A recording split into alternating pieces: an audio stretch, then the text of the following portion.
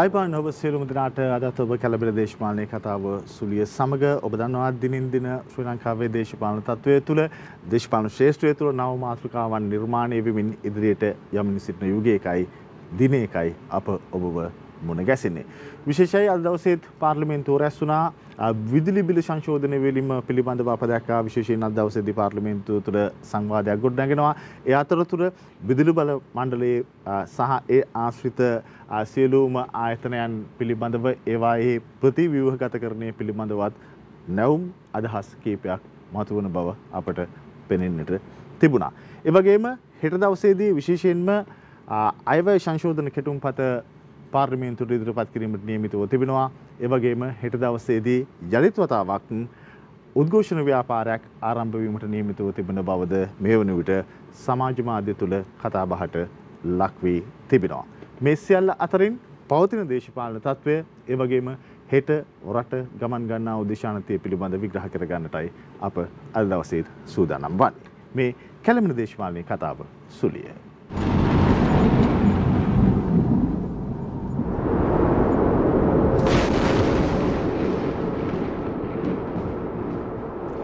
මේ වනට රටේ පවතිනා වූ ප්‍රධාන දේශපාලන බල කඳවුරු දෙක කිසියම් ආකාරයකින් ඛණ්ඩනය වෙමින් කොටස් කිහිපයකට බෙදී යමින් තිබෙන අතරතුරේ යලිත් වතාවක් මීට පෙර පැවති ප්‍රධාන දේශපාලන පක්ෂ දෙක එක්සත් ජාතික පක්ෂය සහ ශ්‍රී ලංකා නිදහස් පක්ෂය මුල් කරගනිමින් නව කඳවුරු දෙකක් නිර්මාණය කිරීම සඳහා කිසියම් ආකාරයක අභ්‍යන්තරික සාකච්ඡාවන් පැවැත්වෙමින් තිබෙන බව දේශපාලන ශ්‍රේෂ්ඨය වාර්තා කරනවා. ඒ අතරතුර මේ පිළිබඳව රට පවතින තැන පිළිබඳව එවැගේම රටේ හෙට දවස පිළිබඳව කතා බහ කරන්නට ජ්‍යෙෂ්ඨ පළපුරුදු දේශපාලඥයෙකුට අපි අද දවසේදී ආරාධනා කළා. ඒ කුරුණෑගල දිස්ත්‍රික් පාර්ලිමේන්තු මන්ත්‍රී හිටපු අමාත්‍ය නීතිඥ අනුර ප්‍රියදර්ශන අපා හිටපු අමාත්‍යතුමන්ට ආයුබෝවන් කියලා අපි ඔබතුමන්ට පිළිගන්නවා. මුලින්ම මම කැමතියි දැන් විශේෂයෙන් පහුගිය කාලවකවානුව පිළිබඳ කතා බහ කරද්දී ශ්‍රී ලංකා පොදු ජන පෙරමුණේ රජයෙන් ස්වාධීන වුණු මන්ත්‍රී කණ්ඩායම සමග තමයි ඔබතුමන් කටයුතු කරමින් හිටියේ. රට තුළ කිසියම් සංවාදයක් මතුවෙමින් තිබෙනවා මේ ස්වාධීන වූ කණ්ඩායම් කීපයක් සිටින නිසාම ඇත්තටම මේ කණ්ඩායම් ස්වාධීනද කියන කාරණාව. ඇත්තටම ඔබතුමන්ලා ස්වාධීන වෙන්න හිතුවේ ඇයි? අත් වශයෙන්ම මේ මොහොතේ අපිට තේරුණු දෙයක් තමයි මේ රටේ දේශපාලනයේ ගන්නා වූ තීන්දුව తీරන එක්තරා විදියක රටට අහිතකර බවත් ඒ දේශපාලන නායකයින් ඇතුළු කැබිනට් මණ්ඩලය කරන සමහර කටයුතු පිළිබඳ ජනතාවගේ විතරක් නෙමෙයි අපෙත් ලොකු අප්‍රසාදයක් අභ්‍යන්තර ගොඩනැගිලා තිබුණා. ඒ නිසා තමයි අපි පළමුවෙන්ම මම හිතන්නේ විමල් වීරවංශ මැතිතුමා ප්‍රමුඛ කණ්ඩායම ස්වාධීන වුණේ. මම හිතන්නේ එදාම අපි ඇතුළු තවත් 10 දෙනෙකුත් ස්වාධීන මන්ත්‍රීවරු හැට ඉන්නවා කියලා ක්‍රියාත්මක වෙලා අපි ඇත්තටම විරුද්ධ පක්ෂේ ගිහිල්ලා වාඩි වුණා. ඒ විරුද්ධ පක්ෂේ ඉඳලා වාඩි වෙන්නේ අදහස් කෙරුවේ අපිට අපේ අදහස ඉදිරිපත් කරන්න රටගෙන යන මාර්ගය වැරදි කියන එක ආණ්ඩුවට අඟවීම සඳහා ගත්ත ක්‍රියාමාර්ගයක් හැටියටයි අපි එදා ඒ කටයුත්ත කෙරුවේ. පසු කාලීනව ඔබ දන්නවා ජනාධිපතිවරයා ඉවත් වුණා. ඉවත් වුණාන් පස්සේ ඇතිවෙච්ච අග්‍රාමාත්‍යවරයා යටතේ අපේ කණ්ඩායමේ කීප දෙනෙක් කැබිනට් තනතුරු ලබා ගත්තා. ඒ වගේම අපේ කණ්ඩායමේ කීප දෙනෙක් අග්‍රාමාත්‍යවරයා එක්ක වැඩ කිරීමට කටයුතු කෙරුවා. ඊළඟට ඔහු ජනාධිපතිවරයා බවට පත් වුණාට පස්සෙත් එයා එහෙම හිටියා. ඉතින් ඒ නිසා පොඩි ව්‍යවුලක් කුකුසක් තියෙන්න පුළුවන්. මොකද්ද මේ ස්වාධීන වුණ හේතුව මොකද්ද? ඊට පස්සේ මොකද්ද උනේ කියනකොට දැනට අපේ කණ්ඩායමේ අපි 6 දෙනෙක් විරුද්ධ පක්ෂ වාඩිලා ඉඳනවා ස්වාධීනව අපි රජයේ කටයුතු හොඳ දෙයට හොඳයි කියනවා වැරදි දෙයට අපි වැරදි කියනවා. මොකද ඒ වෙලාවේ අපිට ප්‍රශ්නයක් තිබුණා මේ බුරබුරායන මහජන කෝපය වැඩිම පිළිබඳ අපිට යම් අවබෝධයක් තිබුණා. ඉතින් අපි කල්පනා කරුවා මේ අය දිශාව වෙනස් කරයි කියලා. විශේෂයෙන් ඥාති සංග්‍රහය, පෞල් වාදය, දූෂණය, ඒ වගේම මේ කරුණු රාශියක් සම්බන්ධයෙන් නිසි තීන්දුව ගැනීමේ තියෙන දුබලකම, පාර්ලිමේන්තුව මෙහෙයවීම පිළිබඳ තියෙන ප්‍රශ්න මේ ඔක්කොම කැටි ගහලා තමයි අපි ස්වාධීන වීමට මඟ සැලසුනේ. ඉතින් ඒක අවසානයේ ලොකු පිපුරායාමකට ගියා සමාජය ඇතුලේ. ඒ පිපුරායාමේ ඉතාම අහිතකර ප්‍රතිඵලත් ඒ වගේම ඒක නිර්මාණය වීම මගින් ඇති වුණු සමාජයේ වෙනස් තලවල අවදි වීමකුත් අපි දෙකම දක්නවා. ඉතින් ඒ අනුව තමයි අපි ඇත්තටම මේ ස්වාධීනතාවයෙන් අපි කටයුතු කරමු. මොකද ආණ්ඩුවක් ඇතුලේ ඉඳගෙන අපිට ආණ්ඩුවක් විවේචනය කරන එක වැරදීනේ. ඉතින් ඒ නිසා අපි කල්පනා කරුවා ආණ්ඩුවෙන් ඉවත් වෙලා ඒක පාර්ලිමේන්තුවේ ස්වාධීන කණ්ඩායමකට වැඩ කිරීමෙන් අපිට පුළුවන් කියලා රජයේ කටයුතු වලට මීට වඩා විවේචනාත්මක සාකච්ඡාවකට රට ගේන්න. ඉතින් අපි අද කරගෙන යන්නේ ඒ කටයුත්ත තමයි. ඔබතුමනුත් විශේෂයෙන් මේ වන විට ඒ රජය තුළ හිටපු ජ්‍යෙෂ්ඨයෙක් ඒ වගේම ඔබතුමන් සමග ස්වාධීන වෙන කණ්ඩායම් තුළ ඒ වගේ ජ්‍යෙෂ්ඨයන් කීප දෙනෙක්ම හිටියා. මේ වගේ ජ්‍යෙෂ්ඨයන් වෙලත් අඩුම ගානේ ඒ ආණ්ඩුව ඇතුලේ ඉඳලා ඒ ගමන නිවැරදි කරගන්න අවස්ථාවක් ලැබුණේ නැහැ. නෑ මං හිතන්නේ අපිට අවස්ථාව අවාසනාවකට ලැබුණේ නැහැ. අපි විවිධ ස්ථානවලදී අපි මේ ගැන යම් යම් අදහස් ප්‍රකාශ කරුවා වුණත් ඒ තුළ යම්කිසි ආකාරයක ආධිපත්‍යවාදයක් තිබුණා. ඒ කියන්නේ කොටින්ම කියනවා නම් අපි ඇතුළු කණ්ඩායමක් අපි ජ්‍යෙෂ්ඨයින් හැටියට පක්ෂයක ශ්‍රී ලංකා නිදහස් පක්ෂයේ පොදු ජන පෙරමුණේ අපි ඊට පස්සේ අපි පාර්ලිමේන්තුව තුළ කාලයක් වැඩ කරපු අය නිසා අපි කල්පනා කරුවා අය අඩු ගානේ අපේ උපදේශයක්වත් ගනී කියලා. නමුත් එවැනි ඉඩක් ඒ පක්ෂය තුළ තිබුණේ නැහැ. ඒක එහෙම පිටින්ම කණ්ඩායමක ග්‍රහණයට ලක් වුණා. ඒ කණ්ඩායම ඇත්ත වශයෙන්ම ඒ පක්ෂයත් ඒ පක්ෂයේ ඉදිරි ගමනත් සියල්ලම විනාශ කිරීම සඳහා තමයි ඒ කණ්ඩායම හිටියේ කියලා අපිට තේරුණාම ඉතින් ඒ පිළිබඳ අපිට කතා කිරීමට ඉඩක් නොලැබීමත් එක හේතුවක් තමයි ස්වාධීන වෙන්නේ. මොකද ඇත්තටම මේ පක්ෂයක් කියන්නේ මේ කාටවත් අයිති දෙයක් නෙවෙයිනේ.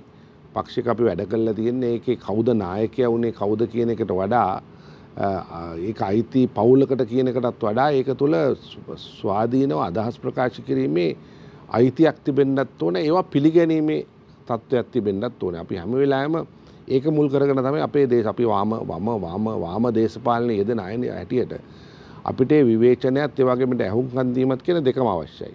අපි නිතරම තර්ක කරුවේ මේ යන ආර්ථික ගමන විශේෂයෙන්ම මෑත භාගයේ නම් පොහොර පිළිබඳ ගත්ත තීන්දුව සහ ජනාධිපතිවරයා මුණ ගැහෙන්න තියෙන අපහසුකම සහ ජනාධිපතිවරයා මුණ ගැහුණාම යම් යම් කරුණු ගැන විවෘත සාකච්ඡාවකට තියෙන ඉඩ මදකම සහ පක්ෂයත් එකට බොහොම නිද්‍රාශීලී ක්‍රියාමාර්ගයක ගැවසීම මේවෙන් අපි දැනගෙන හිටිය අන්තිමට මහ දැවැන්ත ආර්ථික ව්‍යවුලකින් සහ සමාජ ව්‍යවුලකින් මේක මේ පැතිරෙයි කියලා. මොකද පොහොර සහනාධාරය එහෙම නැත්නම් කාබනික පොහොරට මාරු වෙනකොට දැනට තිබෙන පොහොර වෙනුවට රටේ ගොවියා අතරේ විශාල කලබගෑනියක් ඇති වුණා.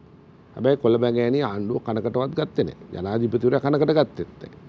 ඊට පස්සේ තමයි විශේෂයෙන්ම රටේ ආර්ථික තත්ත්වය අයහපත් වෙලා රටේ අත්‍යවශ්‍ය ද්‍රව්‍ය කියන්නේ විදුලි බලය ලබා ගන්න ඕන කරන අමුද්‍රව්‍ය සහ ඉන්ධන රටේ අනිකුත් වාහන සඳහා ඉන්ධන ගේන්න සහ අනිකුත් දේවල් ගේන්න තියෙන ඉඩකඩ අහුවෙලා අන්තිමට අපිට පෝලිං යුගයක් නිර්මාණය වුණා. ඒ පෝලිං යුගය නිර්මාණය වෙනකොට මං හිතන්නේ අපි සියලු එතකොට අපි ප්‍රවාදීන වෙලා ඉවරයි. එතකොට අපි දැනගෙන හිටියා මේ අපේ අදහස් උදාස් නොතකා හැරීම සහ සාකච්ඡාවක් නොතිබීම තමයි මේකට තියෙන ප්‍රධාන ප්‍රශ්නේ කියලා. අත වශයෙන්ම මම දැන් කනගාටුයි වුණත් කියන්න ඕනේ ඒ ජනාධිපතිවරයාට එහෙම ලොකු අත්දැකීම් තිබුණ කෙනෙක් නෙවෙයි. ඒ නිසා ඔහු සාකච්ඡාව කියන එකට වඩා ඔහුට ඊටාම හිතවත් කීප දෙනෙක් එක්ක තමයි පාලනයක් ගෙනිච්ච කියලා මට හිතුණා. ඒ පාලනය ගෙනිච්ච කවුද කියලා උදව් කරේ කවුද කියලා ඔයගොල්ලෝ දන්නවා. ඒ අය තමයි ටෙලිවිෂන් වලට ඇවිල්ලා මේ ගේන හැම ප්‍රතිපත්තියම හොඳයි කියලා රටට කිව්වේ. ඉතින් වැරදි බව දැන දැනත් හොඳයි කිව්වේ. දැන් කොවිතැන ගැන කතා කරුවේ සාමාන්‍යයෙන් මඤ්ඤොකක් ගහක්වත් හිටවපු නැති අය. පෝර ගැන කතා කරුවේ කවදාවත් කුඹුරක බහැලා වැඩ කරපු නැති අය. ඒ වගේම රටේ ආර්ථිකය ගැන කතා කරනකොට කතා කරුවේ ඒවා ගැන අත්දැකීම් නැති අය. සහ ඒ අය අත්දැකීම් තියන අය ළඟා කර ගැනීමට හෝ උන් සමග සාකච්ඡාවකට ඒමට හෝ දෙකටම අසමත් වුණා. නැත්තම් ජනාධිපතිවරයෙක් අවුරුදු දෙකක් ඇතුළත රටින් යන්න විදියක් නැහැ නේ. ඒවයක් ලංකාවේ වෙලත් නැහැ නේ. එවැනි නැගිටීමක් ඇති වෙලත් නැහැ නේ. ඉතින් මීට කලිනුත් ඇති වෙලා තියෙනවා. නමුත් මේ මට්ටමට එන්නේ ඒ කියන්නේ රටක ඉන්න බැරි තරමටම පිරිහීම කියන්නේ තමන් රාජ්‍ය පාලනයේ තියෙන ආගන්තුකභාවය සහ අත්දැකීම් මදකම. ඒක රටේ ආර්ථිකය බිඳ වැටීමටත් හේතු නැහැ. අත්තර වශයෙන්ම පළවෙනි අවුරුද්ද ඇතුළෙම ඔහුට තීන්දුව කරන්න තිබුණා තමන්ගේ හොඳ ආර්ථික උපදේශකයෝ හිටියානම් රටේ ආර්ථිකය කඩාගෙන වැටෙනවා කියලා. කඩාගෙන නම් එක දවසක කඩාගෙන වැටෙන්නේ නැහැ නේ. ඒකට යම්කිසි කාලයක් ඒ කාලය තුල ගත යුතු උපාය මාර්ගික කටයුතු අපි කෙරුණා. උදාහරණයක් වශයෙන් අපි අද විවේචනය කරන තමහරු මේ විවේචනය කරන ඔය IMF එකට යෑම. IMF එකට යාමෙන් මේ සියලු ප්‍රශ්න විසඳෙන්නේ නැහැ. නමුත් IMF එක ප්‍රෝග්‍රෑම් එකක් ඇතුළට ගියාම රටේ ආර්ථික ප්‍රතිසංස්කරණයකුත් සිද්ධ වීම අවශ්‍ය වෙනවා. අනිත් පැත්තෙන් ඒකෙන් ලැබෙන මුදල් වලින් අපේ සංචිත ඉහළ යනවා. එතකොට අපි අද මේ වැටුණේ තියෙන තත්ත්වයට අපිට වැටෙන්න නොවැටෙන්න තිබුණා. අපි බංකොලොත් නොවෙන්න තිබුණා. අපි එවැනි කටයුත්තක් ඒ වෙලාවේ කෙරුවා. හැබැයි ඒ වෙලාවෙත් අපි දන්නවා කැබිනට් මණ්ඩලය තුලත් මේ පිළිබඳ මතයක් තිබුණා. මතය තමයි IMF එකට යාය නොයුතුයි කියලා. ඉතින් ඒ කතා කරන උග දෙනෙකුට ආර්ථික දැනුමක් තිබුණේ නැහැ. ඒගොල්ලෝ කල්පනා කරුවේ මේ ආර්ථිකය කියන එක නිකන් ඔහේ දුවන දෙයක් කියලා. එහෙම ඒ අවස්ථාවේ වුන් කිසියම් ආකාරයක වුන්ගේ පාර්ශ්වයෙන් කිව්වද ඇයි මේ IMF යන්න එපා කියන්නේ කියලා. නෑ ඉතින් ඒගොල්ලෝ ඒකට ඉදිරිපත් කරුවේ නොයෙකුත් තර්ක IMF දැන් ඇත්තටම IMF එකට යනවා කියන්නේ ආර්ථික ප්‍රතිසංස්කරණයක් කරන්න ඕනේ කියලානේ. ඒ කියන්නේ ඇත්ත කතාව. ඒ කියන්නේ අපි යම්කිසි අපි ණයක් ගන්නකොට අපෙන් අහනවනේ ප්‍රශ්න. ඔබට ආදායම් තියෙන්නේ මොනවද?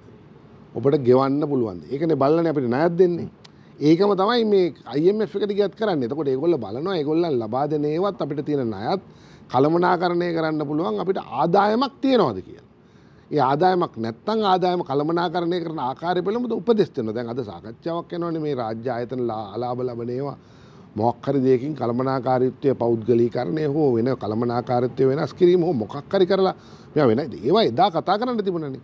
ඉතින් මම කියන්නේ අපි හැමදාම පරක්කු වෙලා තියෙනවා ආර්ථිකය සම්බන්ධ තීන්දුව ගන්න. ඒ තීන්දුව ගන්න නොදීප කොටසකුත් ඉන්නවා. ඉතින් මේ දෙගොල්ලම අවසාන එකතු වෙලා කරලා තියෙන්නේ අපි අද මේ අමාරු තැනට වට්ටලා තියෙන එක තමයි මතක තියාගන්න. බංකොලොත් භාවය, බුන්වත් භාවය ගැන අපි කවුරුත් දැනගෙන හිටියේ නැහැ මොකද්ද මේ කියලා. අද අපි ඉන්නේ අපිට ණයක් දෙන්න බෑ අපිට. හේතුව අපි බංකොලොත්. ණය ආපහු ගෙවන්න බැරි හන්ද කවුරුත් ණය දෙන්නේ නැහැ. ඒ වගේම අපිට ණය ගෙවන්න බෑ. ගෙවන්න බැරුණ අපි ජාත්‍යන්තර ආයතනවල අපිව සලකන්නේ නිකන් ගෙවා ගන්න බැරි බංකොලොත් කාර්යයක් හැටියට. එතකොට අපිට දැන් දෙන්නේ කරුණාසහගත දීමනා විතරයි. ඕස්ට්‍රේලියාව දෙනවා තෙල් ටිකක් නාවික හමුදාවට. ඇමරිකානු රජය දෙනවා පාල් ටිකක් ඉස්කෝල ළමින්ට දෙන්න කියලා. එතකොට ලෝක බැංකුව කියනවා අපිට ඖෂධ ගන්න මෙච්චර සල්ලි දෙන්නම් කියලා. එතකොට ලෝක බැංකුව ඉතුරු වෙලා තියෙන සල්ලි වලින් අපිට ගෑස් ගන්න සල්ලි ටිකක් දෙනවා. අපි කොහොම හරි එකතු කරන සල්ලි වලින් කුඩා ප්‍රමාණ වලින් හරි තෙල් දෙන්න අපි තෙල් ටිකක් ගේනවා. එතකොට ඊළඟට අපිට ඖෂධ හිඟයක් ඇති වෙනවා. ඊළඟට අපි භාණ්ඩ ආනයනය නවත්තනවා. ඒ නවත්තනකොට අත්‍යවශ්‍ය භාණ්ඩත් නවතිනවා. අත්‍යවශ්‍ය නොවන භාණ්ඩත් නවතිනවා. එතකොට මේ පිළිබඳ වෙළඳපොලේ විශාල ප්‍රශ්නයක් ඇති වෙනවා. මේ ඔක්කොම එන්නේ අපිට ණය ගන්න බැරි නිසා. ඉතින් ණය ගන්න බැරි නම් බැරි තැනට ආවට පස්සේ අපි දැන් අපේ සයියෙන් නැගිටිනවා ඇරෙන්න. වෙන කිසිම උත්තරයක් නැහැ. අපිට කවුරුත් සරන්ට එන්නේ නැහැ. ලෝකේ රටවල් මිනිස්සු රටවල් වලට තමන්ගේ ජාතික ධනය ඒ බංකුලොත් රටකට දෙන්න බෑ ඒගොල්ලන්ට. එහෙම දුන්නොත් ඒගොල්ලෝ වග කියන්න ඕන. දැන් ඇත්තටම ඉන්දියාව අපිට බිලියන 3.5ක් පහුගිය මාසය ඇතුළත අපිට ලබා දීලා තියෙනවා. ඒක ඉතින් ඇත්තටම විශේෂ තත්ත්වයක්. එවැනි තත්ත්වෙට නිසා කවුරුත් කල්පනා කරනවා නම් අපිට දෙවියන් වහන්සේ අපිට උදව් කරයි කියලා මං හිතන්නේ නැහැ ඒක වෙයි කියලා. අපිම සටනක් කළා අපිම අපේ දේ හරියට කළමනාකරණය කරගෙන අපි මේකෙන් ගැලවෙන දුෂ්කර ක්‍රියාමාර්ගයට අපි ආයුතුයි කියන එක තමයි අපි තර්ක කරන්නේ හැමදාම. එහෙම නැතුව අපිට වෙන උත්තරයක් නැහැ මේ වෙලාවේ. දැන් විශේෂයෙන් මේ තත්ත්වය ඇති වෙනවා කියන එක පිළිබඳ පූර්ව අදහසක් ඔබට සහ ඔබේ කණ්ඩායමට තිබුණා නම් නෑ ඇත්තටම ලංකාවේ ආර්ථිකය බිඳ වැටෙන බව අපි යම් ආකාරයකට දැනගෙන හිටියා. ඒකට හේතුව තමයි විශේෂයෙන් ලෝකේ පුරාම කොවිඩ් පටන් ගන්නකොට කොවිඩ් එකත් එක්ක ලෝකේම තියෙන මේ නිෂ්පාදන බෙදා හැරීම් ජාල අඩපණ වුණා. ඊළඟට ඔබ දන්නවා කොවිඩ් නිසා මේ ජාත්‍යන්තර වශයෙන් සංචාරකව පැමිණීම නැවතුණා.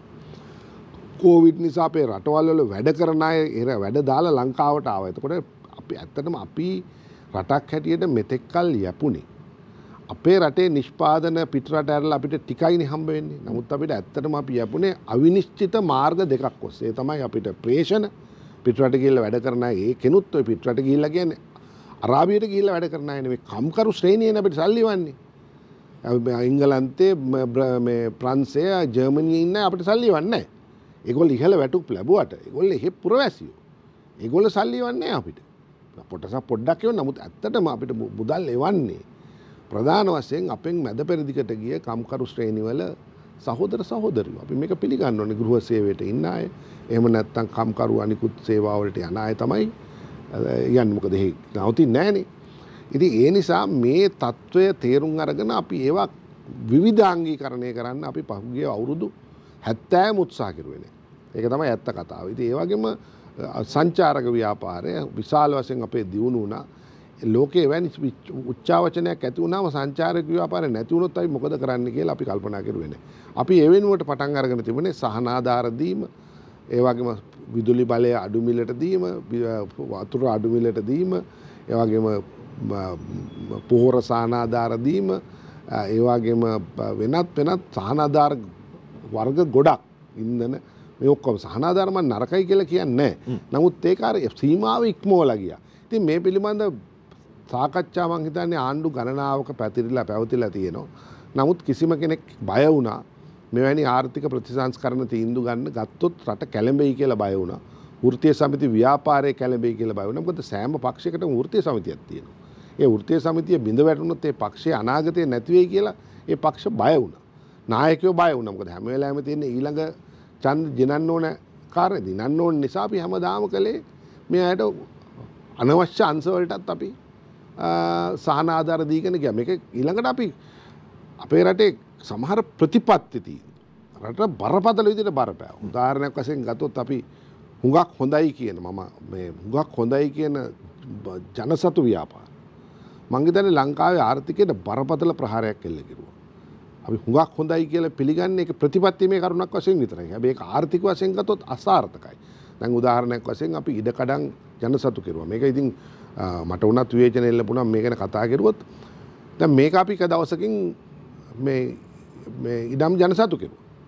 ඒ උදා අපි තාම හොඳින් කළමනාකරණය වුණු තේවතුත් අපි ජනසතු කෙරුවා. හරිද? එතකොට දැන් මෙව්ව ඔක්කොම තිබුණේ අපනයන ශාස්ත්‍රයේ. පොල් තේ රබර් අපනයන ඒවා කළා තමයි අපේ රට අවුරුදු ගාණක් විශාල මුදලක් හෙව්වේ. අන්තිමට උනේ ජනසතු කිරීමෙන් පරිපාලනය බිඳ වැටුණා. කළමනාකරණය බිඳ වැටුණා. බිඳ වැටුණාම සමහර වතු පාළු වුණා. සමහර වතු බෙදලා දුන්නා. සමහර වතු වල යීල්ඩ් එක නැත්තරම නැතුව ගියා. නැතුව ගියාම 1980 ගණන් වෙනකොට ජනාධිපතිවරයාට තීන්දුව කරන්න සිද්ධ වුණා මේක පුද්ගලිකාංශයට දෙනවද ආණ්ඩුවේ තියාගන්නවද? මොකද ආණ්ඩුවේ තියාගෙන ආණ්ඩුවේ අයවැයෙන් තමයි පඩි ගෙවන්න පටන් ගත්තේ. ඒ නිසා තමයි අවසානයේ පුද්ගලිකාංශයට දුන්නේ.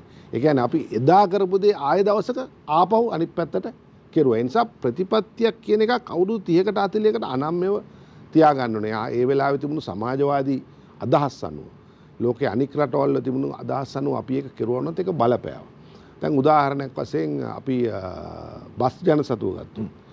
ඒක ඒ වෙලාවේ ගත්ත තීන්දුවක්. ඒක අවුරුත් හොඳයි කිව්වා. මොකද ලංගමක් ඇති කිරීම. එතන ලංගම ස්වර්ණමය යුගයක් තිබුණා අනිල් මුණසිංහ මැතිතුමා සභාපතිලා ඉන්න කාලේ.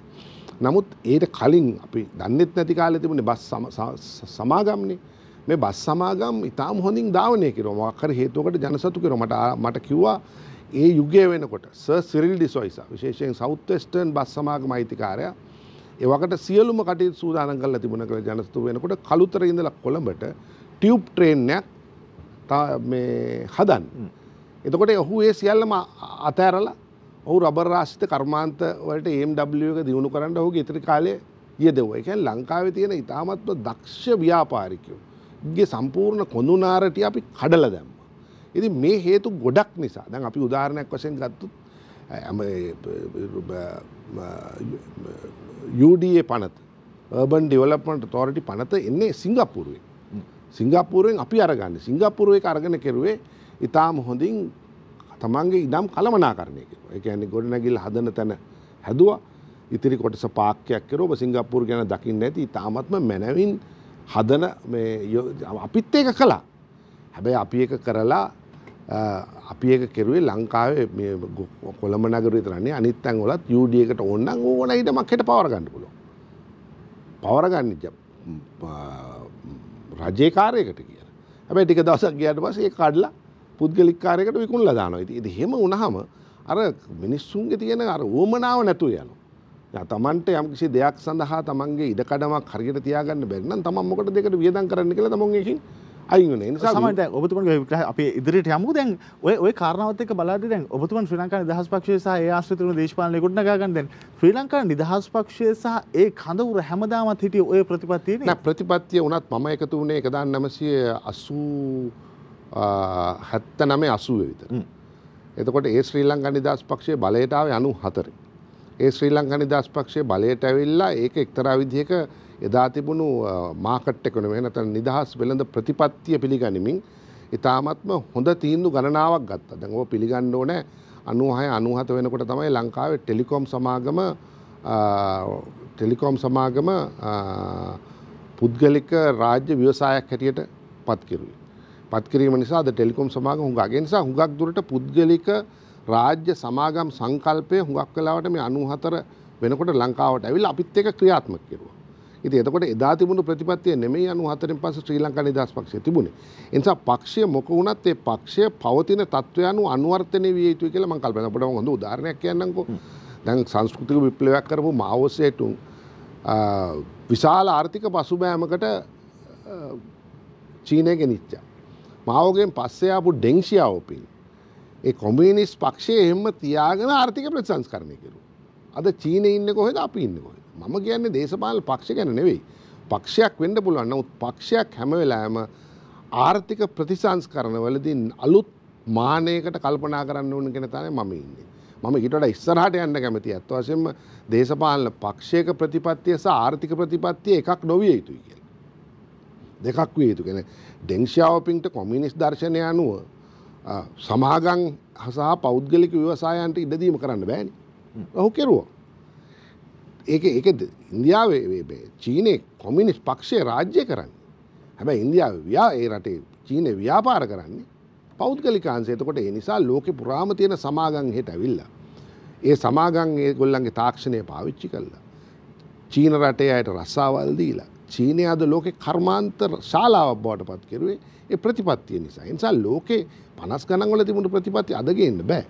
80 ගණන් වල තිබුණ එක අද ගේන්නත් බෑ. පවතින තත්ත්වයන් අනුව වෙනස් වීම කළ යුතුයි කියන තැනක තමයි අපේ පක්ෂය වුණත් මම හැමදාම හිටියේ. හැමදාම මේ පිළිබඳ මට කතා කරුවොත් ඒ නායකයෝ මට මාව හඳුන්වන්නේ ඔහු ධනවාදී කියලා. ඇත්තට මට පක්ෂය ඇතුලෙන් ප්‍රශ්නයක් තිබුණා. මං ධනවාදී නෙවෙයි. මට ඇත්තටම ඕනේ වෙලා තියෙන්නේ අපේ රට දියුණු කරන්නම්. ඒ කියන්නේ මිලියන 22කට අපි සුකුත මුදිතව ඉන්න දෙන්න ඕන නම් මේ මිලියන 22කට ඕන කරන දේවල් අපි ලබා දෙන්න ඕන. දැන් අවුරුත් කියනවනේ මේ රටින් ගෙනේව නවත්තන්න කියලා මම ඒකට විරුද්ධයි. ඒක එහෙම කරන්න බෑ. අපේ ජනතාවට අයිතියක් තියෙනවා ලෝක නිෂ්පාදන පාවිච්චි කරන්න. හැබැයි ඒකට ආදායම් උපයන්න ඕන. ආදායම් උපදවන්න නම් රටක් විවෘත කරලා ඒ රටට පුළුවන් තරම් ආයෙත් ඉඩ දෙන්න ඕන. ආයෝජන එන්න ඉඩ නොදීමත් අපේ දේශපාලන ලොකු වැරද්දක් නේ. ඒකත් දූෂණයෙන් ගහන ක්‍රියාවක්. මේක දැන් සාකච්ඡා කරලා අතීත ගැන කතා කර ඉඳලා අනාගතේ අතාරින්න ඕනේ නැහැ. නමුත් මම ඉන්නේ දේශපාලන පක්ෂය මොක වුණත් මේක විවෘත කරලා මේ රටේ මිලියන 22ක් වන ජනතාවට අධ්‍යාපනය, සෞඛ්‍ය පහසුකම්, ඒ වගේම අනිකුත් පහසුකම් සහ සුඛ විහරණ ලැබීමට තියෙන අයිතිය තහවුරු කරන ආර්ථිකයක් ගොඩ නැතුයි කියලා මම කියන්නේ. වෙන මොනවත් මම කියන්නේ. ඉතින් ඒ සඳහා අපි දැන් අපිට රට බංකොලොත් වුණ වෙලාවක අපිට වෙනදට වඩා ඉඩක් ලැබිලා තියෙනවා වැඩ කරන්න. ඒ නිසා මෙතෙක් කල් අපිට කරන්න බැරි වුණු දෙයක් ඊටාම ඉක්මනින් කළ යුතු කියන තර්කෙ මම ඉන්නේ. අමාරු වැඩක්. නමුත් ඒක නොවලහා බිය නොවි කළ යුතු කියන තර්කෙ විතරයි මම ඉන්නේ. අපේ ගමන් මගේ තවදුරටත් ඉදිරියට යාම සඳහා මොන වගේ ප්‍රතිපත්තිමය තීරණවලද අප රටක් හැටියට පැමිණිය යුත්තේ කියන කාරණාව පිළිබඳ ඉදිරියේදී කතා බහ කරමු. අපි කෙටි විරාමයකින් අනතුරු යාලි මොන ගැහේ.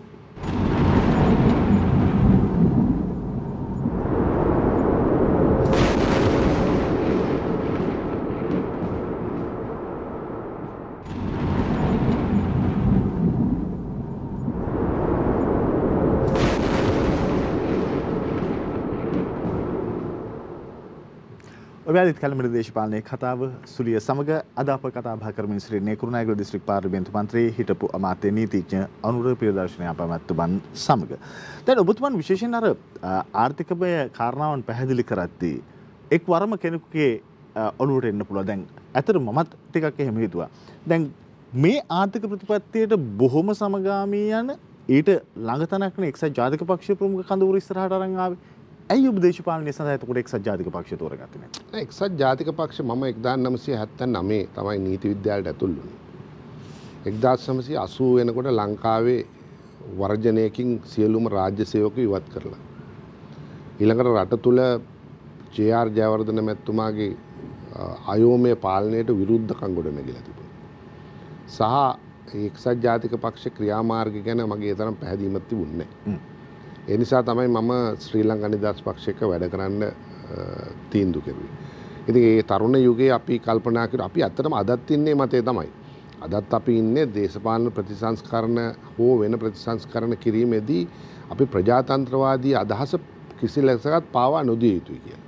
මොකද ප්‍රජාතන්ත්‍රවාදය කියන්නේ වැදගත් දෙයක්. දැන් අපි කල්පනා කරනවානේ අපිට සීමාවල් තියෙන්න ඕනේ. අපි විරුද්ධත්වය ප්‍රකාශ කිරීමේදී සීමාවක් තියෙනවා. අපි පෙළපාලියාමේ සීමාවක් තියෙනවා. ඒ සීමාවෙන් ඔබට යනකොට මම කැමති නැහැ. නමුත් ඒ අයිතිවාසිකම අපි රකින්න ඕනේ කියලා තමයි මම හැම වෙලාවෙම කල්පනා කරන්නේ. එහෙම කිරීමෙන් විතරයි හොඳ යහපත් අන්තිමට මොනවා කෙරුවත් අපේ ජනතාව ප්‍රීතියෙන් ඉන්න එපා. මේකනේ ඉන්ඩෙක්ස් එක. අපි වැඩි කල්පනා නොකර දෙන්නේ. හරිද? බස් එකක යන කෙනත්, දුම්රියක යන කෙනත්, කාර් රථයේ ගමන් කරන කෙනත්, ගමේ ගොඩේ ගොවිතැන්පත් දෙන කෙනත්, ව්‍යාපාරිකයත්, රජයේ සේවකයත් මේ සියල්ලම තෘප්තිමත් වෙන්න ඕනේ. මම කියන්නේ 100% තෘප්තිමත් කරන්න කිසිම සමාජයක් පුළුවන් වෙලා නැහැ. නමුත් තෘප්තිමත් භාවය ඇතිවීම සඳහා වැඩ කිරීමනේ ආණ්ඩුවක අරමුණ වෙලා තියෙන්නේ. ඒ අරමුණ කියන්නේ ප්‍රජාතන්ත්‍රවාදය. ඒ ප්‍රජාතන්ත්‍රවාදය කියන්නේ ඒකාධිපතිවාදය නෙවෙයි. ඊට මෙහා පැත්තේ යන එකක්. ඉතින් ඒකාධිපතිවාදයත් ඒ වගේම උග්‍ර ලෙස පෝෂණය වුණු කොමියුනිස්ට්වාදයත් කියන දෙකම මම පිළිගන්නේ නැහැ. මම පිළිගන්නේ මධ්‍යගත සමාජ ප්‍රජාතන්ත්‍රවාදී දේශපාලන ධාරාව. ඒ ධාරාවේ ඒ වෙලාවේ ගැළපීම තිබුණේ ශ්‍රී ලංකා නිදහස් පක්ෂයට. ඒ නිසා තමයි මේ ගැළපීම මම තෝරගත්තේ. අප විශේෂයෙන් වර්තමාන දේශපාලන තත්ත්වයේ සහ මේ මතුවී තිබෙන ගැටලු පිළිබඳව කතා බහ කර යුතුයි. ඊට පෙර දැන් අපිට මතකයි ඔබතුමන් මේ බොහෝ දෙනෙක් විශේෂයෙන්ම හිටපු ජනාධිපතිවරයාට සහ ඒ පාලනයට අභියෝග කරන්න ඉස්සෙල්ලා ඔබතුමා තමයි කිව්වේ එළියට ඇවිල්ලා අපිට අලුත් නායකයෙක් ඕනේ. අපේ රටට අලුත් නායකයෙක් සමග ගමනක් යෑමේ අවශ්‍යතාවයක් තියෙනවා කියලා. ජනාධිපතිවරයා තනතුර නිවර්ත වීමත් එක්ක ඒ අරමුණ ඉෂ්ට වුණා. නෑ මට හැමදාම දේශපාලනයට පෙරත් ඒ කියන්නේ ඔහු ඉදිරිපත් වීමට පෙරත් මගේ අදහසක් තිබුණා ඔහු මේ තනතුරට සුදුසු නෑ කියලා. ඒක කියලා ඇත්තටම මම එක්තරා විදිහක ඔවුන්ගේ ගුඩ් බුක්ස් වල කියමුකෝ හොඳ පොතේ මං නරක කොලයක් බවට පත් වුණා. ඒක මම දැනගෙන හිටියා. නමුත් මම දන්නවා කවදාවත් දැන් එක කාලෙට එක මත එනවනේ. දැන් මත තමයි දේශපාලනයෙන් තොර කෙනෙක් ජනාධිපති කරන්න. ලංකාවේ ඒක කරන්න බෑනේ. ලංකාවේ ව්‍යවස්ථාව අනුව ජනාධිපතිවරයාට පාර්ලිමේන්තුවේ බලයක් නැත්තම් ජනාධිපතිවරයාට පාලනය කරන්න බෑ. ඒක ජයා ජයවර්ධන මහතා ඉතා හොඳින් කියලා තියෙනවා. විධායක බලය එන්නේ පාර්ලිමේන්තුව හරහා. පාර්ලිමේන්තුවේ බහුතර බලයක් විධායක ජනාධිපතිවරයාට නැත්තම් ඒ ජනාධිපතිවරයා විලියම් කොපල්ලෝ මැතිතුමා වගේ නාමික ජනාධිපතිවරයෙක්. මොකද ඒක තමයි ලංකාවේ ව්‍යවස්ථාව. ඉතින් මේක පැහැදිලි කරන්න බෑ ලංකාවේ කවදාවත් ඇත්තක් පැහැදිලි කරන්න හරිය අමාරුයි. හරිද? එතකොට විවේචන රාශියක් වෙන. ඉතින් නිර්දේශපාලනීකරණය කරන වෙච්ච අලුත් අදහස් තියෙන අලුත් පුද්ගලයෙක් හැටියට තමයි ඔහු පැමිණියේ. හැබැයි මම දැනගෙන හිටියා උට අත්දැකීමක් නැතුව මේ කටයුත්ත කරන්න බෑ කියලා. අඩු ගානේ කෙනෙක් එක්ක සුන්දර ලෙස සිනා වෙලා සාකච්ඡා කරලා කටයුතු කරන්න ඔහුට තියෙන හැකියාව ඉතා අඩුයි. මම එක්වරක ඔහු එක්ක සාකච්ඡාවකදී අපි ඔහුට කිව්වා ඒ කියන්නේ තත්ත්වය අර පෙළපාලි යනකොට අපි කිව්වා මේ අනිකුත් විපක්ෂයේ ඉන්න අයත් එක්ක ගෙනල්ලා කතා කරන්න කියලා. ඒතකොට ඔහු ඒ වෙලාවේ කියපු දෙයක් තමයි මම ඒ අය අඳුරන්නේ නැහැ. ඉතින් ඒක කරන්න බෑ දේශපාලනේ. දේශපාලනයේදී අපි හැමෝම එක්ක කතා කරනවා. පක්ෂ විපක්ෂ සියල්ලම සමග සම්බන්ධකම් පවත්වනකොට ජනාධිපතිවරයෙකුට හරි අවශ්‍යයි. ඔබට මතකයි මේ සිරිමාව ඩයස් බණ්ඩාරනායක මැතිණිය ඉන්දු ලංකා ගිවිසුම ක්‍රියාත්මක කළා ලංකාවේ අර පුරවැසි භාවය අහිමි අය ඉවත් කරන්න මේ ඉන්දියාවේ අග්‍රාමාත්‍යවරයා එක්ක ලාල් බහදූර් ශාස්ත්‍රී මට මතක හැටියට උ සමග සාකච්ඡා කරනකොට ඇය සාකච්ඡා කරුවා මේ ලංකාවේ විරුද්ධ පක්ෂ නායකයන් ට්‍රැඩිෂන් නායක මැතිතුමා සමග. ඒකද ඒ දේශපාලන සම්බන්ධයන් ප්‍රතිපත්ති පිළිබඳ. ඒ වගේම ඉන්දු ලංකා ගිවිසුම එනකොට ඒ කියන්නේ ලංකාවේ මේ විශාල LTT ත්‍රස්තවාදයන් නිර්මාණය වෙනකොට ඒකට ඉන්දියාව උදව් කරනවා කියලා දැනගත්තාම ලංකාවේ විපක්ෂ නායකවරු ඇතුළු පක්ෂ ናයකයෝ ගෙනලා ජයා ජයවර්ධන මහතා කතා කරලා තියෙනවා. ඩියු ගුණසේකර මැතිතුමා ඔහුගේ පොතේ සහ කතාවල මම දැක්ක කීප අවස්ථාවක ඒක එහෙම සාකච්ඡාවක් කරන්නේ නැතුව අපිට කවදාවත් රටක් පාලනය කරන්න බෑ. මොකද ඒ නිසා අත්දැකීම් බහුල නැති කෙනෙකුට බහුල අයෙක් තමයි ජනාධිපතිවරයා බවට පත් වෙන්න ඕනේ. ඉතින් මේක තමයි ලෝක සිද්ධිය. ලංකාවේ අමුතු තර්කනේ ගේන්න හිටපු ගමන් ඒ තර්ක ගේන අයට දන්නේ නැහැ තර්කේ මොකද්ද කියලා. ඉතින් ඒ වෙලාවේ ගෙන නිර්පාක්ෂික ඒ වගේම අලුත් අදහස් දරන අයෙක් කියලා කිව්ද අලුත් අදහස හරි මොන අදහස දරන්න හරි මේ දේශපාලන ශාස්ත්‍රය ගැන අත්දැකීම් තියෙනවා. මට හෙට කොළඹ කොළඹ ස්පිරිතාලේ බාර දුන්නොත් ප්‍රධානියට මට වැඩ ගන්න පුළුවන්. මම ඒක මෙලෝදියක් දන්නේ නැහැ නේ. ඉතින් ඒ නිසා ඒ විෂයන් පිළිබඳ ප්‍රමාණාත්මක අදහස් තියෙන අය වාගෙම දේශපාලන කළමනාකාරීත්වය දන්න අය තමයි හුඟක් දුරට ඒක කරන්න ඕනේ. දැන් උදාහරණයක් වශයෙන් ගත්තොත් යුක්‍රේනයේ හිටපු ජනාධිපතිවරයා වෙනුවට ඔවුන් ඊළඟට ගෙනාවේ ටෙලිනාට්‍ය නළුවේ. ඒ ටෙලිනාට්‍ය නළුවා මේ දූෂිත දේශපාලකයින්ට එරෙහිව ක්‍රියා කරන පුද්ගලයෙක් හැටියට තමයි ටෙලිනාට්‍ය පුරාම එක් ගියේ. ටෙලිනාට්‍ය අවසන් වෙනකොට ඔහු කිව්වා දූෂිත පුද්ගලයෝ වෙඩි තියලා මරන්න අවසාන එපිසෝඩ් එක මං හිතන්නේ බලන්න. ඒක බැල් නැරඹිය යුතුමයි. ඒකෙදී ඔහු වෙඩි තියලා දානවා පාර්ලිමේන්තුවට ඇවිල්ලා කතාවක් කරන අතර සියලු දෙනාම. නමුත් යුක්‍රේනය එක පිළිගත්තා. පිළි අරගෙන 68%කින් ජනාධිපති කෙරුවා. දැන් අද මොකද වෙලා තියෙන්නේ? දැවැන්ත තමන්ගේ ළඟම ඉන්න ලොකු අසල්වැසියා එක්ක දැවැන්ත යුද්ධයකට පැටලිලා ඉන්නවා. ඉතින් පැටලිලා ඉන්නකම් අනික් මිනිස්සු උදව් කරනවා. ඒ කියන්නේ ආයුධ දෙනවා අරවා. නමුත් ඊළඟට ඇති වෙන විනාශය කවුද ඒක බේරන්නේ? ඉතින් ඒ නිසා අත්දැකීම් ඒ වගේම යම් කිසි ආකාරයක වැඩපිළිවෙලක් පිළිබඳ අදහස, සමාජ සම්බන්ධතා, ඒ වගේම තමන්ගේ දේශපාලන පක්ෂ අතර තියෙන සම්බන්ධතා ගොඩනගා ගන්න පුළුවන් කෙනෙක් තමයි ජනාධිපති විය යුතු කියලා මම හැමදාම හිතුවා. දැන් විශේෂයෙන් ජනාධිපතිවරයාගේ මේ දුර්වලතාවයන් පේන්න ගත්තට පස්සේ ඊට පස්සේ එතන දෙවෙනි තැන ඉන්න අග්‍රාමාත්‍යවරයා. ඔහු පරිණත දේශපාලඥයෙක්, ඔබතුමන්ලා සමග බොහෝ කාලයක් වැඩ කරපු කෙනෙක්. අඩුම ගානේ ඔහු එක්කවත් සාකච්ඡා කරේ නැද්ද මේ අපි යන ගමන කිසි අන්තරාවක් තියෙනවා අපි ආයුත්තේ මෙතනට මේ කියන. මම හිතන්නේ එතන ප්‍රශ්නයක් තිබුණානේ. මම මෙයා වර්තමාන ලෝකේ වර්තමාන දේශපාලනේ සාමාන්‍යයෙන් පෞල් දේශපාලනේ ගැන හිතන්නවත් නරකයි. ඒ කියන්නේ මල්ලි ජනාධිපති අයියා අගමැති ඒ වාගේ තත්වයන් අයහපත් ප්‍රතිඵල දුන්නානේ. ඒ දෙන්නටත් එකිනෙකාගේ දුර්වලකම් කතා කරන්න බෑනේ. එක ගෙදරනේ මේ ප්‍රශ්නේ තියෙන්නේ. ඉතින් ඒ නිසා දේශපාලන සබඳතාවය කියන එක මේ පවුලකට උඩින් ගිය එකක්. ඉතින් ඒ නිසා මම හිතන්නේ ඒක ඊටාම අසාමාන්‍ය සහ නැවත නොවන නොවිය යුතු තත්ත්වයක් තමයි එතන උනේ. ඒක තමයි මේ ප්‍රධාන වශයෙන් මේ විනාශයට හේතු උනේ. ඊට පස්සේ දැන් මේ ජනාධිපතිවරයා විශේෂයෙන්ම නැගුණු තරුණ අරගලයේ ඊට පස්සේ ඒකට වටින්න එකතු වුණු තවත් දේශපාලන හයත් එක්ක දැන් අලුත් ජනාධිපතිවරයෙක් ලැබිලා තියෙනවා. මේ ජනාධිපතිවරයා පැමිණීම සහ මේ යමින් ඉන්න ගමන ගැන ඔබතුමාගේ අදහස කොහොමද? නෑ මෙහෙමයි කවුරු හරි පාර්ලිමේන්තුවෙන් ජනාධිපතිවරයෙක් තෝරන්න එපයි. අත් වශයෙන්ම පොදු පෙරමුණට කැමති උනේ නැද්ද? ඔවුන්ට කෙනෙක් හිටියේ නැද්ද? නැත්නම් ඔවුන් වමනාවෙන් නොදැම්මද කියන එක කෙසේ වෙතත් ඔවුන් කිව්වා අපි කවුරුත් ඉදිරිපත් කරන්නේ නැහැ කියලා. ඒකේ යටි අරමුණ යටි කතාව තමයි අපේ පවුල කෙනෙක් නැත්නම් අපි කවුරුත් දන්නේ නැහැ. බොහොම සරලයි කතාව. ඒක ඔවුන් කිව්වා. ඒ අනුවනේ ඒගොල්ලන්ට සිද්ධ වුණේ එක්සත් ජාතික පක්ෂ නායකයව ගේන්න උඩ තිබුණ එක മന്ത്രി ධූරයයි. ඒ වගේම එක්සත් ජාතික පක්ෂයේ පුළුල් ලෙස පැතුරුණු දේශපාලන පක්ෂයක් නෙවෙයි. ඒ නිසා ඒ තුල උන්ට ආරක්ෂාව ලැබෙයි කියලා උන් කල්පනා කරුවා වෙන්න ඇති. හැබැයි ඔබට මතකයි යහපාලන ආණ්ඩුව කියන්නේ ශ්‍රී ලංකා නිදහස් පක්ෂයේ ජනාධිපතිවරයා යටතේ එක්සත් ජාතික පක්ෂ අගමැතිවරයෙක් යටතේ අපි මැතියමතිකම් කරනකොට අපිට විරුද්ධව ආපු ප්‍රධානම තර්කයක් තමයි එක්සත් ජාතික පක්ෂය සමග සරණ යාම වැරදි. ඒක කොයිතරම් දරුණුවට ගියාද කිව්වොත් එයාගේ අපි අඩු ගානේ අපේ පාක්ෂිකයන් ඒත්තු ගැන්නුවා අපි ද්‍රෝහීන් කියලා. අපි ද්‍රෝහීන් අපි එක්සත් ජාතික පක්ෂයක එකතු වෙලා තියෙනවා. ඒක කරන්න කිසිම කෙනෙක් ඡන්දෙ දුන්නේ නැහැ කියලා අපිට විවිධ පාර්ශ්ව වලින් චෝදනා එල්ල කරනවා. අවසන් මහමැතිවරණයේදී ඔබතුමාලට ඡන්ද දෙන්නත් එපා කියලා කිව්වා. අවසන් මහමැතිවරණේ ඉතින් මට කුරුණෑගල දිස්ත්‍රික්කේ මට විතරක් නෙමෙයි ඒ දිස්ත්‍රික්කවල අපිව අයට අපි ජාතික යහපාලන රජයේ හිටපු අයට ඡන්ද දෙන්න එපා කියලා විශාල කැම්පේන් එකක් කරගෙන. සමහරවිට ඔබතුමා අපි කාරණාව ඉදිරියට කතා කරමු. මම මේ මතුණු කාරණාවත් එක්ක දැන් ඇත්තටම පහුගිය කාලවකවානුව තුළ හිටපු ජනාධිපතිවරයාත් එක්ක වැඩ කිරීම සහ ඊට පෙර යහපාලන කාලවකවානුව තුළ වැඩ කිරීම අතර කිසියම් ආකාරයක වෙනසක් ඔබ දැක්කද? මම දැකපු ලොකුම වෙනස තමයි පහසුවක් තිබුණා.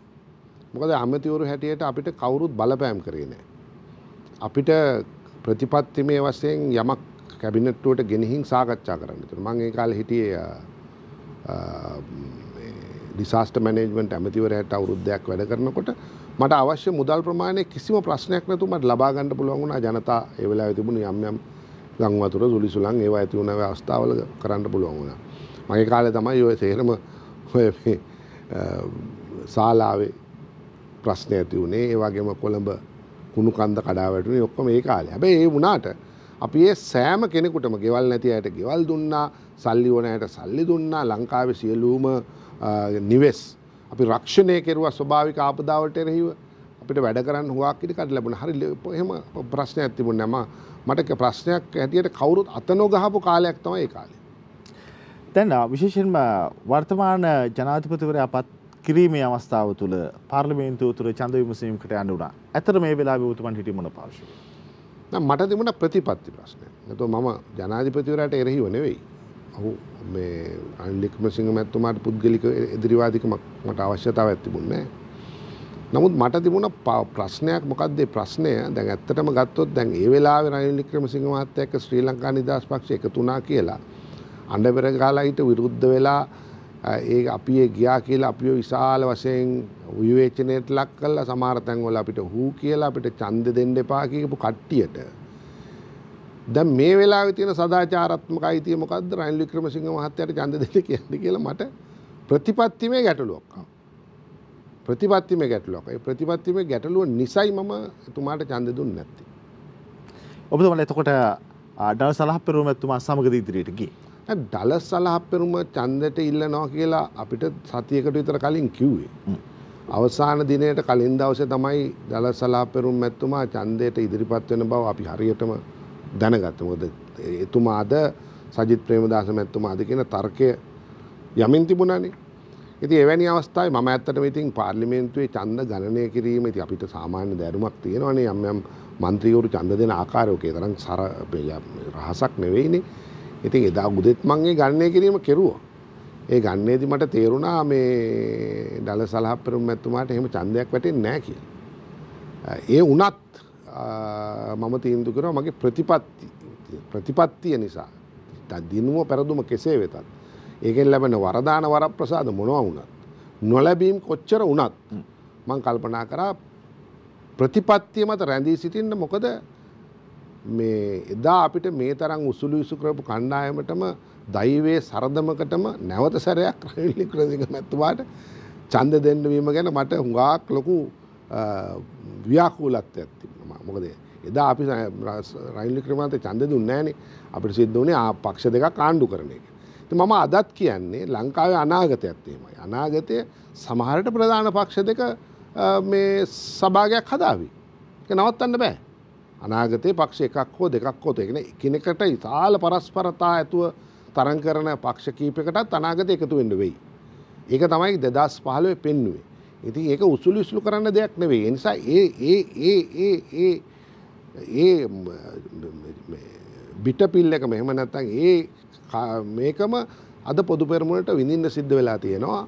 දේශපාලන යථාර්ථය අවබෝධ කරගන්න ගැන ඡන්දය ගැන පමණක් තමන්ගේ බලය ගැන පමණක් හිතලා දේශපාලනය කිරීම නිසා අද ඒගොල්ලන්ටත් ඒක ඒ ලෙසම ගිලින්න සිද්ධ වෙලා තියෙනවා. කොච්චර තිත්ත වුණත් පෙත්ත ගිලින්න ඕන. මොකද දේශපාලන යථාර්ථය ජනතාවට පැහැදිලි නොකිරීම තමන්ගේ පුද්ගලික උමනාපකම් නිසා ජනතාවට යථාර්ථය පැහැදිලි නොකිරීම අද ඒගොල්ලන්ටත් තිත්ත පෙත්තකට ගිලින්න සිදුවීම තමයි මට මේ පෙන්වන්න ඕන උනේ. පොදු පෙරමුණේ මේ තරම් විශාල පිරිසක් එකතු වෙලා ඡන්ද දීලා රනිල් වික්‍රමසිංහ මහත්මයාම ජනාධිපති කරන්න මොකද්ද වෙච්ච හේතුව? ඒකනේ මං හිතන්නේ හේතු ගොඩක් තිබුණා. ඒ മന്ത്രിවරුන්ට ආරක්ෂාව පිළිබඳ ප්‍රශ්නයක් තිබුණා. විශේෂයෙන් ඒ වෙනකොට නිමෙස් 110ක් විතර ගිනි තියලා. ලංකාවේ මහ දැවැන්ත ආරක්ෂක හමුදාවක් ඉන්නවා. ලක්ෂ 3ක් ඉන්නවා. ඒ ලක්ෂ 3ක ආරක්ෂක හමුදාවටත් අන දුන්නේ නැද්ද නැත්නම් කෙරුවේ නැද්ද? මොකද කෙරුවේ කියන එක මම දන්නේ නැහැ. නමුත් ඒ අයටත් බැරි වුණා මේ මහා විනාශයෙන් නවත්ත ගන්න.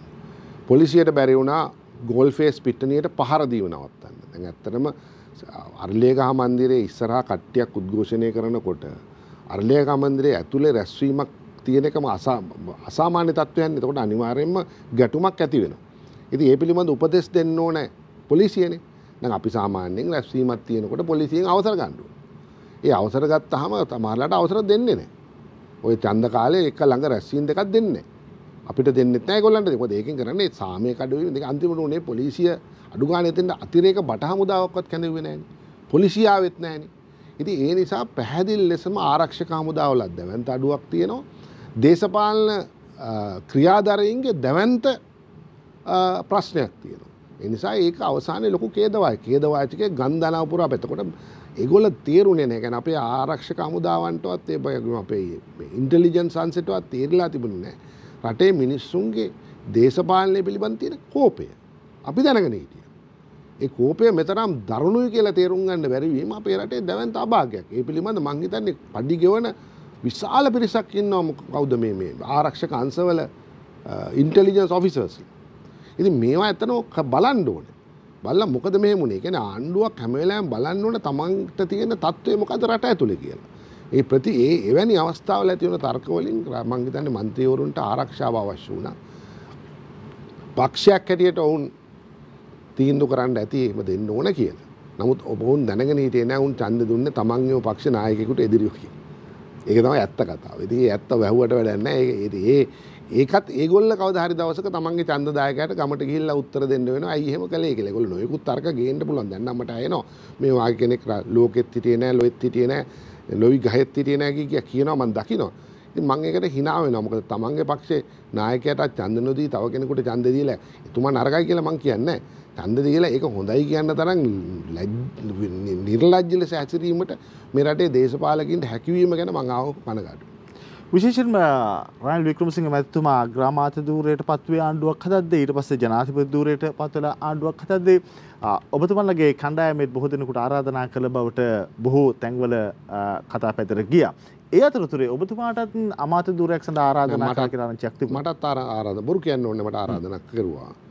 නමුත් කරුණු ගණනාවක් නිසා මම ඒ ආරාධනාවට කැමති වුණේ නැහැ. ඉතින් ඒක මම හරිද වැරදිද කියලා අනාගතයේ තීන්දුවයි. එතකම් මට කියන්න දෙයක් නැහැ. මොකද මම මැතිකම් දරලා තියෙනවා, මම ක්‍රියා කරලා තියෙනවා. මටම ආවේනික ප්‍රතිපත්තියක් මට රැඳී සිටිය යුතුයි කියලා මම කිව්වා. ඒක මම ඒ වගේම කිව්වා.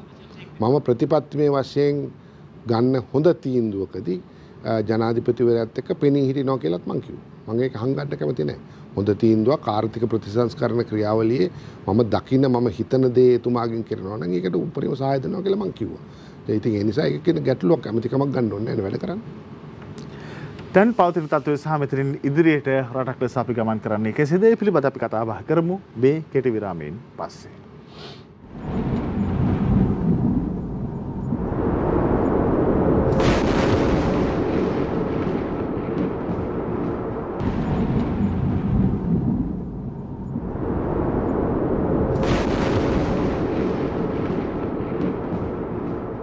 යළිත් ඔබ කැලමෙන දේශපාලනයේ කතාව සුලිය සමග අද දවසේ අපේ ආරාධිතයා කුරුණෑගල දිස්ත්‍රික් පාර්ලිමේන්තු මන්ත්‍රී හිටපු අමාත්‍ය නීතිඥ අනුර ප්‍රියදර්ශන අපා මැතිතුමන්. දැන් විශේෂයෙන්ම පහුගිය කාලවකවානුව තුළ රට තුළ කිසියම් ආකාරයක අවිනිශ්චිතතාවයක් තුළ තමයි අපි හිටියේ. දැන් වර්තමාන ජනාධිපතිවරයා බලයට පත්වීමත් එක්ක ගෙවුණු කාලවකවානුව තුළ මොකක්ද වෙනසක් සිද්ධ වෙමින් තියෙන බවක් පේන්න තියෙනවා. මේක ඇතමෙක් කියන්නේ ඇත්තටම ප්‍රශ්නවල කිසියම් ආකාරයක විසඳුමකට යමින් ඉන්නවා කියලා. තවත් පාර්ශවයක් මේක විග්‍රහ කරගන්නවා මෙය පුරු මවාපෑමක් බවට. ඔබතුමන්ගේ විග්‍රහය මෙතන කොතනද? නෑ එතුමා හරහා යම් ස්ථාවර භාවයක් සහ සාමකාමී භාවයක් ඇති වුණා. මේක අපිට නෑ කියන්න බෑ. මොකද හේතුව රට විශාල වශයෙන් අරාජික තත්ත්වයකට යමින් තිබුණා. ඒ වගේම අරගලයට ආපු උදවියටත් නිශ්චිත දිශාවක් තිබුණේ නැහැ. රජයක් තිබුණේ නැහැ. රජයේ සියලු අංශ අකර්මණ්‍ය වෙලා තිබුණා. කැබිනට් මණ්ඩලයක් තිබුණේ නැහැ. ඉතින් ඒ අනුව එක්තරා විදිහක එකම මේ ස්ථාවර භාවයක් නිර්මාණය වුණ බව අපි පිළිගන්න ඕනේ. හැබැයි මම තාම සාර්ථක භාවයක ඉන්නවා කියලා මම පිළිගන්නේ නැහැ.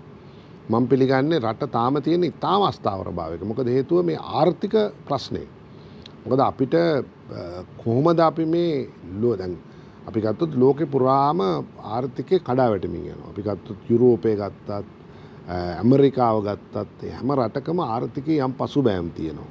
විශේෂයෙන් යුක්‍රේන රුසියානු යුද්ධය නිසා ලෝකයේ තිරිඟු සැපයුම වෙනත් එළවලු තෙල් සැපයුම ඉන්ධන සැපයුම ගෑස් සැපයුම මොකද යුරෝපයේ ප්‍රධාන පාරිභෝගිකයා ඒවට ලොකු ප්‍රශ්න ඇති වෙලා තියෙනවා. ඉතින් මේ වෙලාවේ ඒගොල්ලන්ට ආර්ථික වශයෙන් විශාල වශයෙන් කඩාවැටීමකට ලක් වෙලා තියෙනවා. ඒක ඒ ප්‍රශ්න නිසා.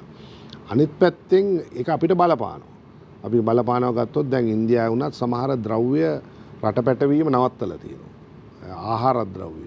ඒත් අපේ රටේ ආහාර ද්‍රව්‍ය නිෂ්පාදනය කරන්න ඕන කරන පොහොර වර්ග ගේන්න සල්ලි නැහැ.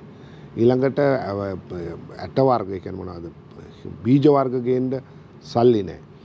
තෙල් ගේන්න අපිට සමහරලාට අවශ්‍ය මුදල නැහැ.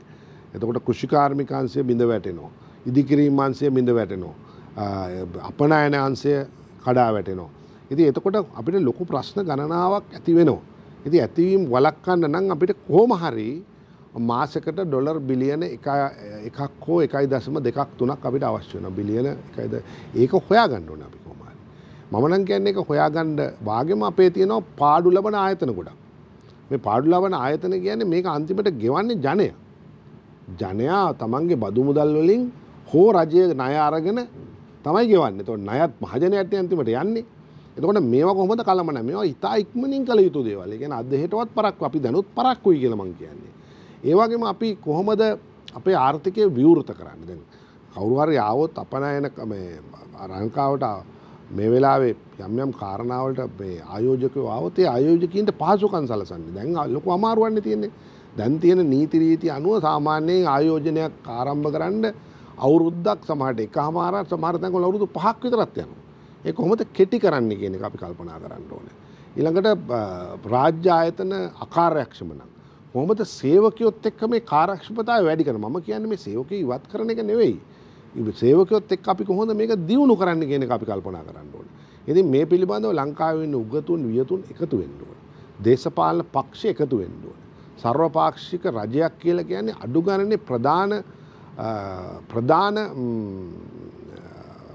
අමාත්‍ය ධූර 10ක් තියෙනවා. සෞඛ්‍ය අධ්‍යාපික කියමුකෝ. ඒවා ඔක්කොම ඉතාමත්ම දක්ෂ උදවිය පක්ෂ විපක්ෂ ભેදෙන් තොරව අරගෙන ඒවාට ඕන කරන උපදේශකයෝ අපේ රටේ තැන් වලින් අරගෙන එකට එක වැඩපිළිවෙලක් කරන්න. දැන් ඔබ දන්නවා සිංගප්පූරුව ලීක් වන්නියෝ දිනු කරනකොට සිංගප්පූරුව ලොකු මේ වගේ ප්‍රශ්න වලට මුහුණ දුන්නා.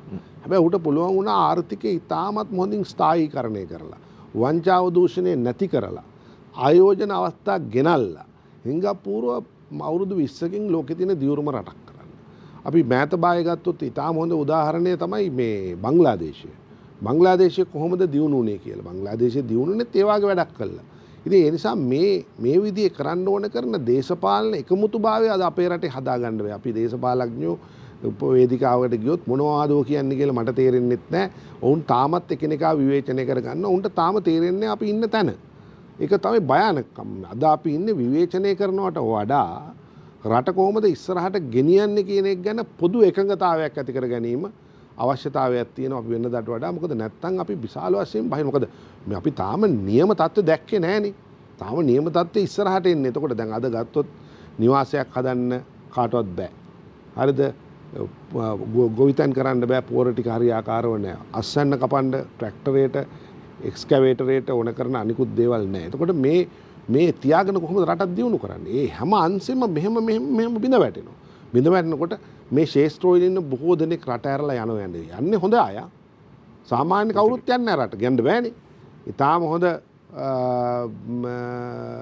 කාර්මික ශිල්පියා තමයි රටින් යන්නේ.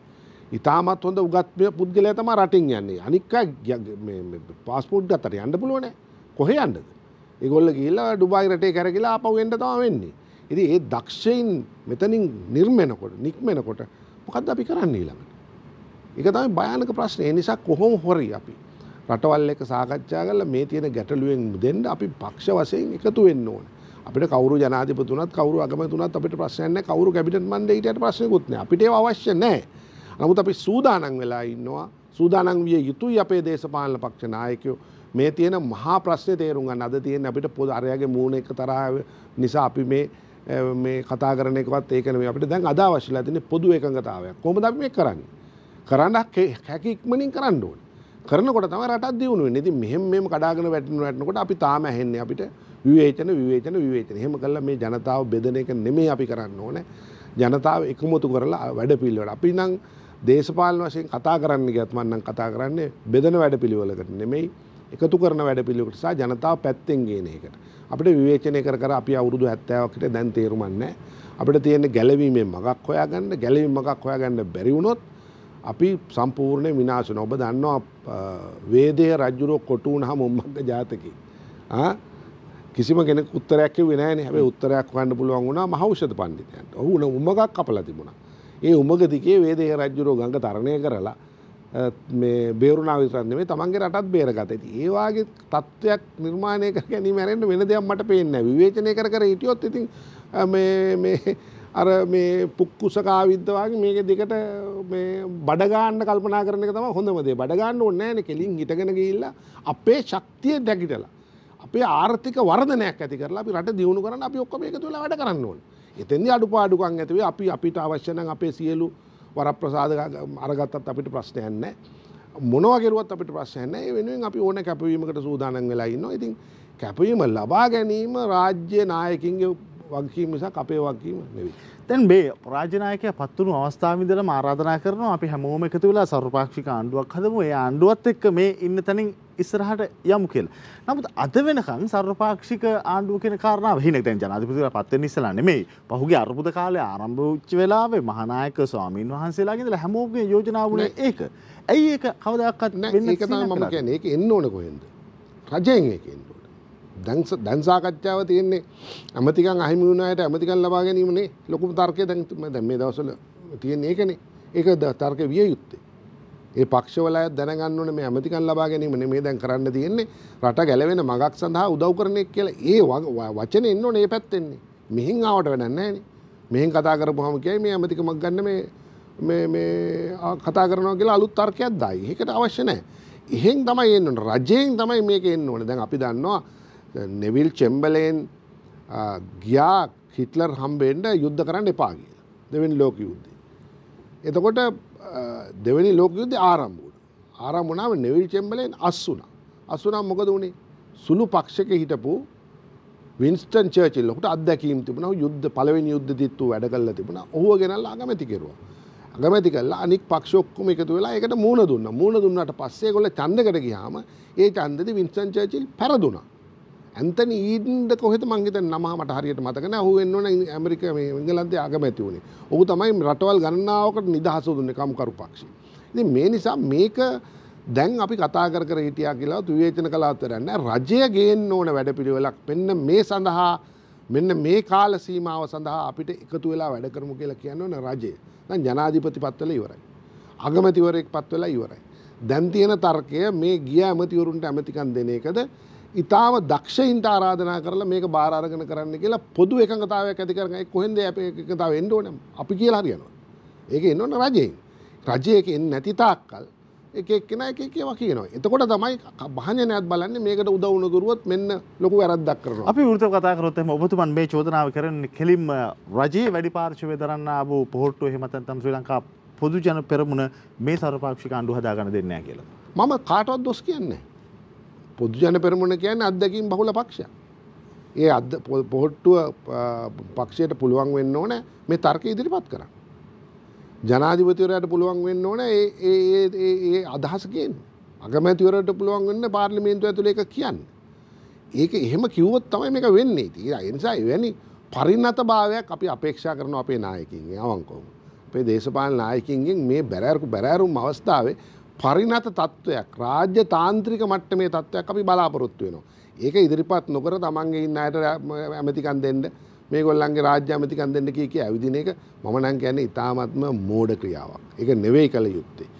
අපි සියලු දෙනාම මේක නෙමෙයි බලාපොරොත්තු වෙන්න ඕනේ. ඔක්කොම එකතු වෙලා එක දිශාවකට දුවන එක. එක දිශාවකට දුවන්න අපිට බැරි නම් අපි විවිධ දිශාවලට දිවුවොත් මං හිතන්නේ ඉතින් අපේ රටේ අනාගතය හරිම බියකරුයි. විශේෂයෙන්ම ශ්‍රී ලංකා පොදු ජන පාර්ශවය තුළ ඔවුන්ගේ මාධ්‍ය සාකච්ඡාවලදී පවා අපි දැක්ක මතුවෙනවා කිසියම් ආකාරයක අදහසක්. තව ටික කාලයකින් ජනාධිපතිවරයා හිටපු ජනාධිපතිවරයා ශ්‍රී ලංකාවට එනවා. ඒ වගේම ආවට පස්සේ ඔහු පාර්ලිමේන්තුවට ජාතික ලයිස්තුවෙන් පත් කරන්න. ඊටත් පස්සේ ඔහු යලිත් අග්‍රාමාත්‍ය ධූරය දක්වා ගෙනෙන්න. මේ වගේ ක්‍රියාදාමයක් ඇති වුණොත් මොන වගේ ප්‍රතිඵලයක් අපිට භුක්ති විඳින්න? ඉතින් ලැජ්ජ නැති වැඩක් ඒ. ලැජ්ජාවක් තියෙන මිනිස්සෙක් ආයේ මේ ලංකාවට නම් එන්න ඕන, ඇවිල්ලා ඉන්න ඕන. ලැජ්ජාවන් ඇති මිනිහ කායේ පාර්ලිමේන්තුවේ ළඟමැති වෙන්නේ. එහෙම ලැජ්ජාවක් නැති කතාවක් යෝජනා කරන්න පුළුවන්ද කාටවත්? එහෙම කරන්න බෑ. ලංකාව කියන්නේ ඒගොල්ලන්ගේ රටක් නෙවෙයිනේ. ඒක අපි ආකාගෙත් රටක්. ඒ නිසා මේක ප්‍රජාතන්ත්‍රවාදී ක්‍රමයක් වෙන්න ඕනේ. ඒ නිසා එවැනි දෙයකට අපි එකඟ වෙන්නේ නැහැ. ඒක මං හිතන්නේ ඒක සාකච්ඡාවක් විතරයි. එවැනි දෙයක් සිදුවීම ඉතාමත්ම ඈත කාරණාවක්. මම කතා කරන්නේ ඒක නෙවෙයි. මං හිතනවා පුළුල් තැනකට යන්න කියලා. මට පුද්ගල ප්‍රශ්නයක් ඇති වෙන්නේ නැහැ. මම කතා කරන්නේ මේ தত্ত্বය ලංකාවේ ප්‍රධාන දේශපාලන ධාරාව විශේෂයෙන් ආණ්ඩු කරන දේශපාලන ධාරාව දැනගන්න ඕනේ. ඒගොල්ලෝ දන්නවා මේ ආර්ථිකය ගෙනියන්න තියෙන අමාරුකම. නිසා උන්ගේ පුද්ගලිකත්වය, උන්ගේ පෞල් අදහස්, පෞල්වාදී අදහස් ඉවත් කරලා පොදු දේශපාලන ක්‍රියාවක් සඳහා උන් නායකත්වය ගත යුතු කියලා එක මම මේ කියන්නේ. දැන් ශ්‍රී ලංකා පොදු ජන පෙරමුණ පාර්ශවයෙන් ආණ්ඩුවේ වැඩිම කොටස ඉන්න ඔවුන් ඒ වගේ තැනකට යන්න සූදානම්ින් ඉන්නවා කියන බව කවුන්ගේ හැසිරීම ඇතුළේ පේනවා. මට පේන්නේ නැහැ එහෙම.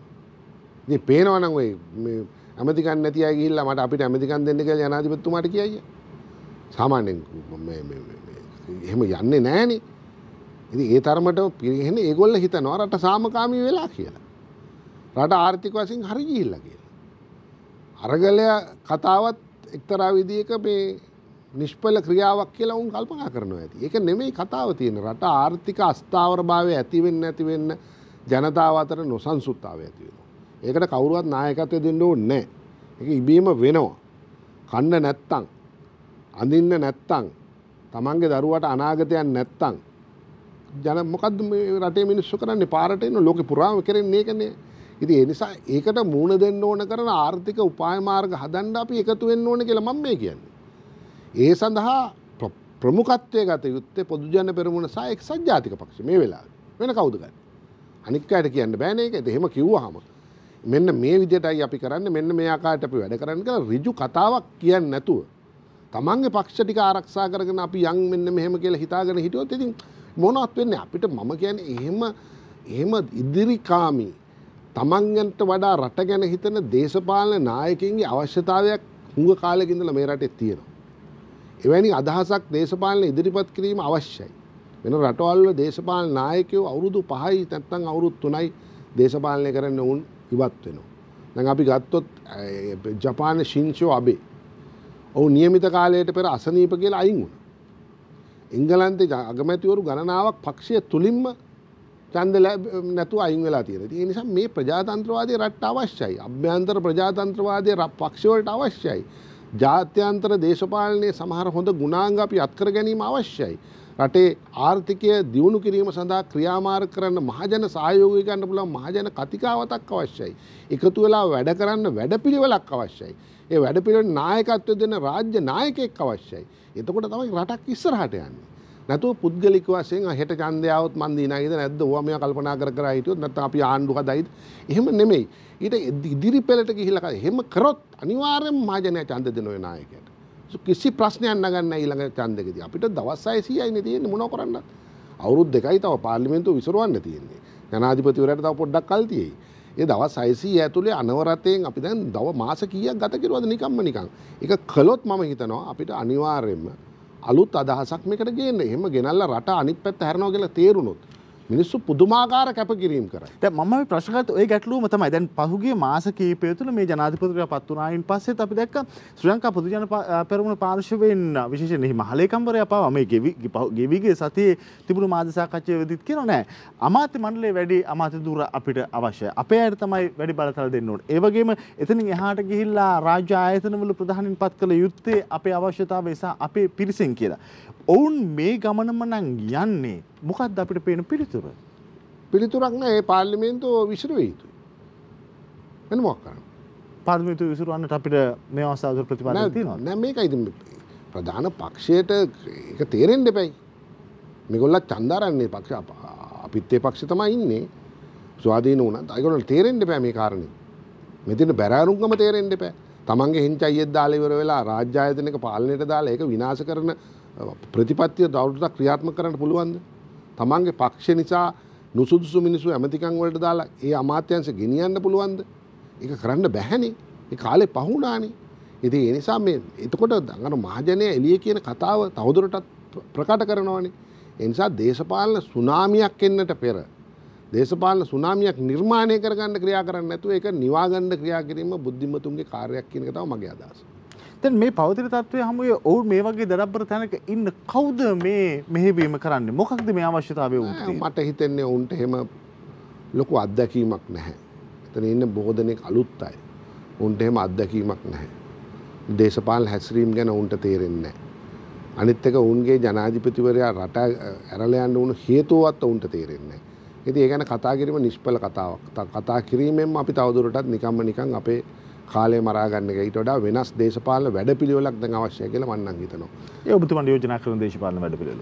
දේශපාලන වැඩපිළිවෙලක් කියන්නේ අපි ඇත්තටම අනාගතයට ඔරොත්තු දෙන බොහොම අවංක ලෙස ක්‍රියා කරන පුද්ගල සංඛ්‍යාවකින් බහුල අලුත් දේශපාලන මතයක් සමාජයට ගේන්න ඕනේ. ඒකට බුද්ධිමතුන් සම්බන්ධ කරගන්න ඕනේ. ගැමියන් සියලු දෙනාම එකතු කරගන්න ලොකු මූවමන්ට් එකක් ආරම්භ කරන්න අපි අනිවාර්යයෙන්ම. ඒක ඇතුලේ වංචාව දූෂණය අවම කරන්න පුළුවන්. අපිට නැති කරන්න බැරි වෙයි. නමුත් පුළුවන් තරම් දුරට අවම කරන්න පුළුවන් ක්‍රමවේදයන් අපි හදන්න ඕනේ. ශක්තිමත් අවංක මිනිසුන් අඩු ගානේ පාර්ලිමේන්තුවේ අමාත්‍ය ධූරවල පළවෙනි 10ටවත් අපි දාන්න ඕනේ. වැඩ කරන්න පුළුවන් දක්ෂ අය. ඒ අයගේ ක්‍රියාකලාපයන් සොයන්න වෙනම කණ්ඩායම්, ඒ කියන්නේ පොලිසිය වෙන්න පුළුවන්, වෙනත් අංශ වෙන්න පුළුවන්. ඒ කණ්ඩායම් අපි යොදන්න ඕනේ මොකද්ද වෙන්නේ කියලා. එහෙම කළා රටක විශ්වාසය ඇති කරන්න දේශපාලඥයා කෙරේ. අද දේශපාලඥයා ගැන විශ්වාසයක් නැහැ. විශ්වාසයක් නැති නිසානේ මේ පහුගිය ඔක්කොම උනේ 225ම ඕනේ නැහැ කියලා කියනවා. ඉතින් ඒකේ පොඩි ඇත්තකුත් තියෙනවා. ඒක 100%ක් මම නොපිළිගත්තා වුණත් දේශපාලන ගැන විශ්වාසයක් තියෙන්න ඕනේ. කතා කරුවොත් කතා කරන සමහර වචන ගැළපෙන්නේ නැහැ, සමාජය පිළිගන්නේ. උද්දාමයටපත් වුණු හිස් ශරීර තියෙනවා, මොලේ නැහැ. ඒ වාගේ උදවිය කතා කරනකොට ඉතින් මිනිස්සු විවිධ, එතකොට අපි ඔක්කොම ගැන දරන්නේ ඒ අදහසනේ. අපි හැමදාම කතා කරන්නේ නැහැ නේ. ඔබතුමන්ලා මේ වාගේ දවසක් කතා කරුවොත් මිසක් අපිට අපි එහෙම කතා කරන්නේ නැහැ. එතකොට හැම කෙනා ගැනම දකින්නේ ඒ අදහස නම්. දැන් මම හොඳ උදාහරණයක් කියන්නම්. මම එක දවසක් සිංගප්පූරුවට සිංගප්පූරු ගලලා තිබුණා කලින් දවසේ. ඒ වකට හිටපු අගමැතිවරයා කිව්වා සිංගප්පූරුව ජලයෙන් යටවීම වළක්වන්න බෑ කියලා. ජලයෙන් යටවීම වළක්වන්න මුළු සිංගප්පූරුවේ සියලුම ජාතික ධනයකට යොදාන්න ඕනේ. ඒක අපිට කරන්න බෑ. ඒ නිසා ගලන එක නවත්තන්න බෑ. ඒක අවම කරගන්න ඕන කරන වැඩපිළිවෙලක් විතරයි අපි ලංකාවේ කිව්වනම් කොහොමද වැඩේ? පහුවෙන්දා උදේට පත්තර කියෝ නැහැ අර මේ කොහොමද කතාව? ඇත්ත කිව්වා. දේශපාලන නායකයෝ දැන් ඇත්ත කියන්නේ. මොකද බය වෙන්නේ? ඕන තරම් තමයි විවේචනය කරපුවා. එතකොට මේක හරියනවා. ඉතින් ඒ සඳහා අවශ්‍ය කරන රාජ්‍යතාන්ත්‍රික ඥාණය සහ රාජ්‍යතාන්ත්‍රික වුමනාව සහ අවංකභාවය අපි අනිවාර්යයෙන්ම දේශපාලනය ඇතුළට දැන් ගේන්න ඕනේ. ඒක පොදු පෙරමුණ කරන්නේ නැත්නම් වෙන කවුරු හරි හදලා හරි අපි ගේන්න ඕනේ කියලා මම හිතනවා. ඒ ගමන් මකට අප ප්‍රවිෂ්ඨ වන්නේ කෙසේද? ඒ පිළිබඳව අපේ මීළඟට අප හමු වන වැඩසටහනේ අවසන් භාගය තුළ කතා බහ කරන්නට බලාපොරොත්තු වෙනවා. ඊට පෙර අපි කෙටි විරාමයක් ලබා ගමු.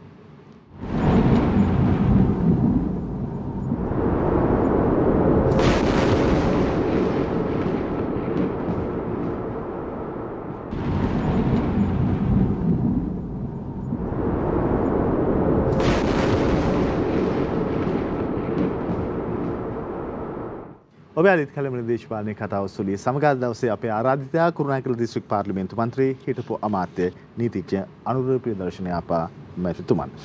අපි විරාමයට පෙර කතා කරමින් හිටියේ ඇත්තටම අලුත් දේශපාලන ව්‍යාපාරයක අවශ්‍යතාවය මතුවලා තියෙනවා. ගෝල්ෆේස් අරගලේ රට පුරා හිටපු අරගලේ සියලුම දෙනා එල්ලුවේ නෑ මේ අපි ගමන වෙනස් කරමු කියන ඉල්ලීම. අඩුම ගානේ ස්වාධීන වූ ඔබතුමන්ලාගේ මන්ත්‍රී කණ්ඩායම හෝ පෙරමුණ ගන්නට අදහසක් නැද්ද අලුත් එවැනි දේශපාලන ගමනක් සඳහා? රට වෙනුවෙන් ඕනෑම දේශපාලන තීන්දුවක් ගන්න අපිට පුළුවන්.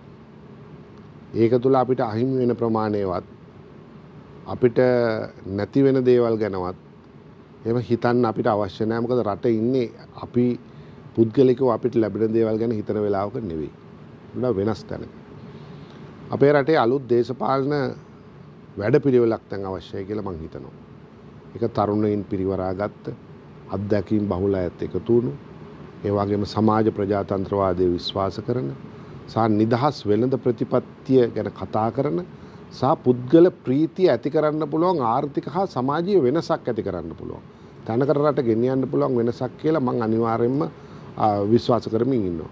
අපි යක් කතා බහක නියැලෙමින් ඉන්නවා මේ පිළිබඳව. මොකද තනියම කරන්න බැහැනේ මේක. කතා බහක නියැලෙමින් ඉන්නවා කොහොමද අපි මේ වැඩපිළිවෙල අපි ක්‍රියා කරන්න කියලා. මොකද ජනතාවගේ ඉස්සරලාම ඉවත් කරන්න ඕනේ මේ දේශපාලඥයන් තුල ගැන තියෙන මේ වැරදි වැටහීම සහ ඔවුන්ගේ ගැන තියෙන විශ්වාසයේ මදකම් අපි ඉවත් කරන්න. ඒක ඉවත් කරන්න පුළුවන් වෙන්නේ දේශපාලකින්ටමයි. මොකද දේශපාලඥයා කියන්නේ මේ අලුත් කෙනෙක් නෙවෙයිනේ. සමාජෙම ඉන්න කෙනෙක්නේ. ඔබ රැකියාවක් කරනවා වගේ තමයි මම රැකියාව කරන්නේ. වෙන දෙයක් නෙවෙයි. එකම දේ තියෙන්නේ ඔබගේ කාර්යය හරියට නොකරුවොත් ඔබව ආයතනය විසින් ඉවත් කරනවා. මම මගේ කාර්යය හරියට නොකළොත් මගේ ඡන්දදායකව මාව ඉවත් කරනවා. අවුරුදු 5න් පාඩ ඔච්චරයිනේ. මේක ආවා කියලා මම මේ ඒරොප්පෙන් ආපු මිනිහෙක්වත් මට විශේෂ ලැබීම් ලැබෙන කෙනෙක්වත් නෙවෙයි. මට වැටුපක් ලැබෙනවා. මට ඒ වගේම සමහර වරප්‍රසාදත් ලැබෙනවා. ඉතින් ඒවා අපි යොදවන්නේ අපේ ප්‍රදේශවල අපේ ජනතාවගේ සංවර්ධනය වෙනුවෙන් මිසක් අපේ වැඩට නෙවෙයිනේ. ඉතින් මමත් කරන්නේ රස්සාවක් තමයි. දේශපාලකයත් රැකියාවක් කරන කෙනෙක්. ඔව් විධායක ශ්‍රේණියේ නිලධාරියෙක්. ඉතින් දේශපාලකයා ගැන තියෙන බරපතල ප්‍රතිවිපාකය මොකද්ද? දේශපාලඥයා කියන්නේ එහෙම මෙහෙන් සල්ලි හම්බ කරන. විවිධ වැරදි වැඩ කරන.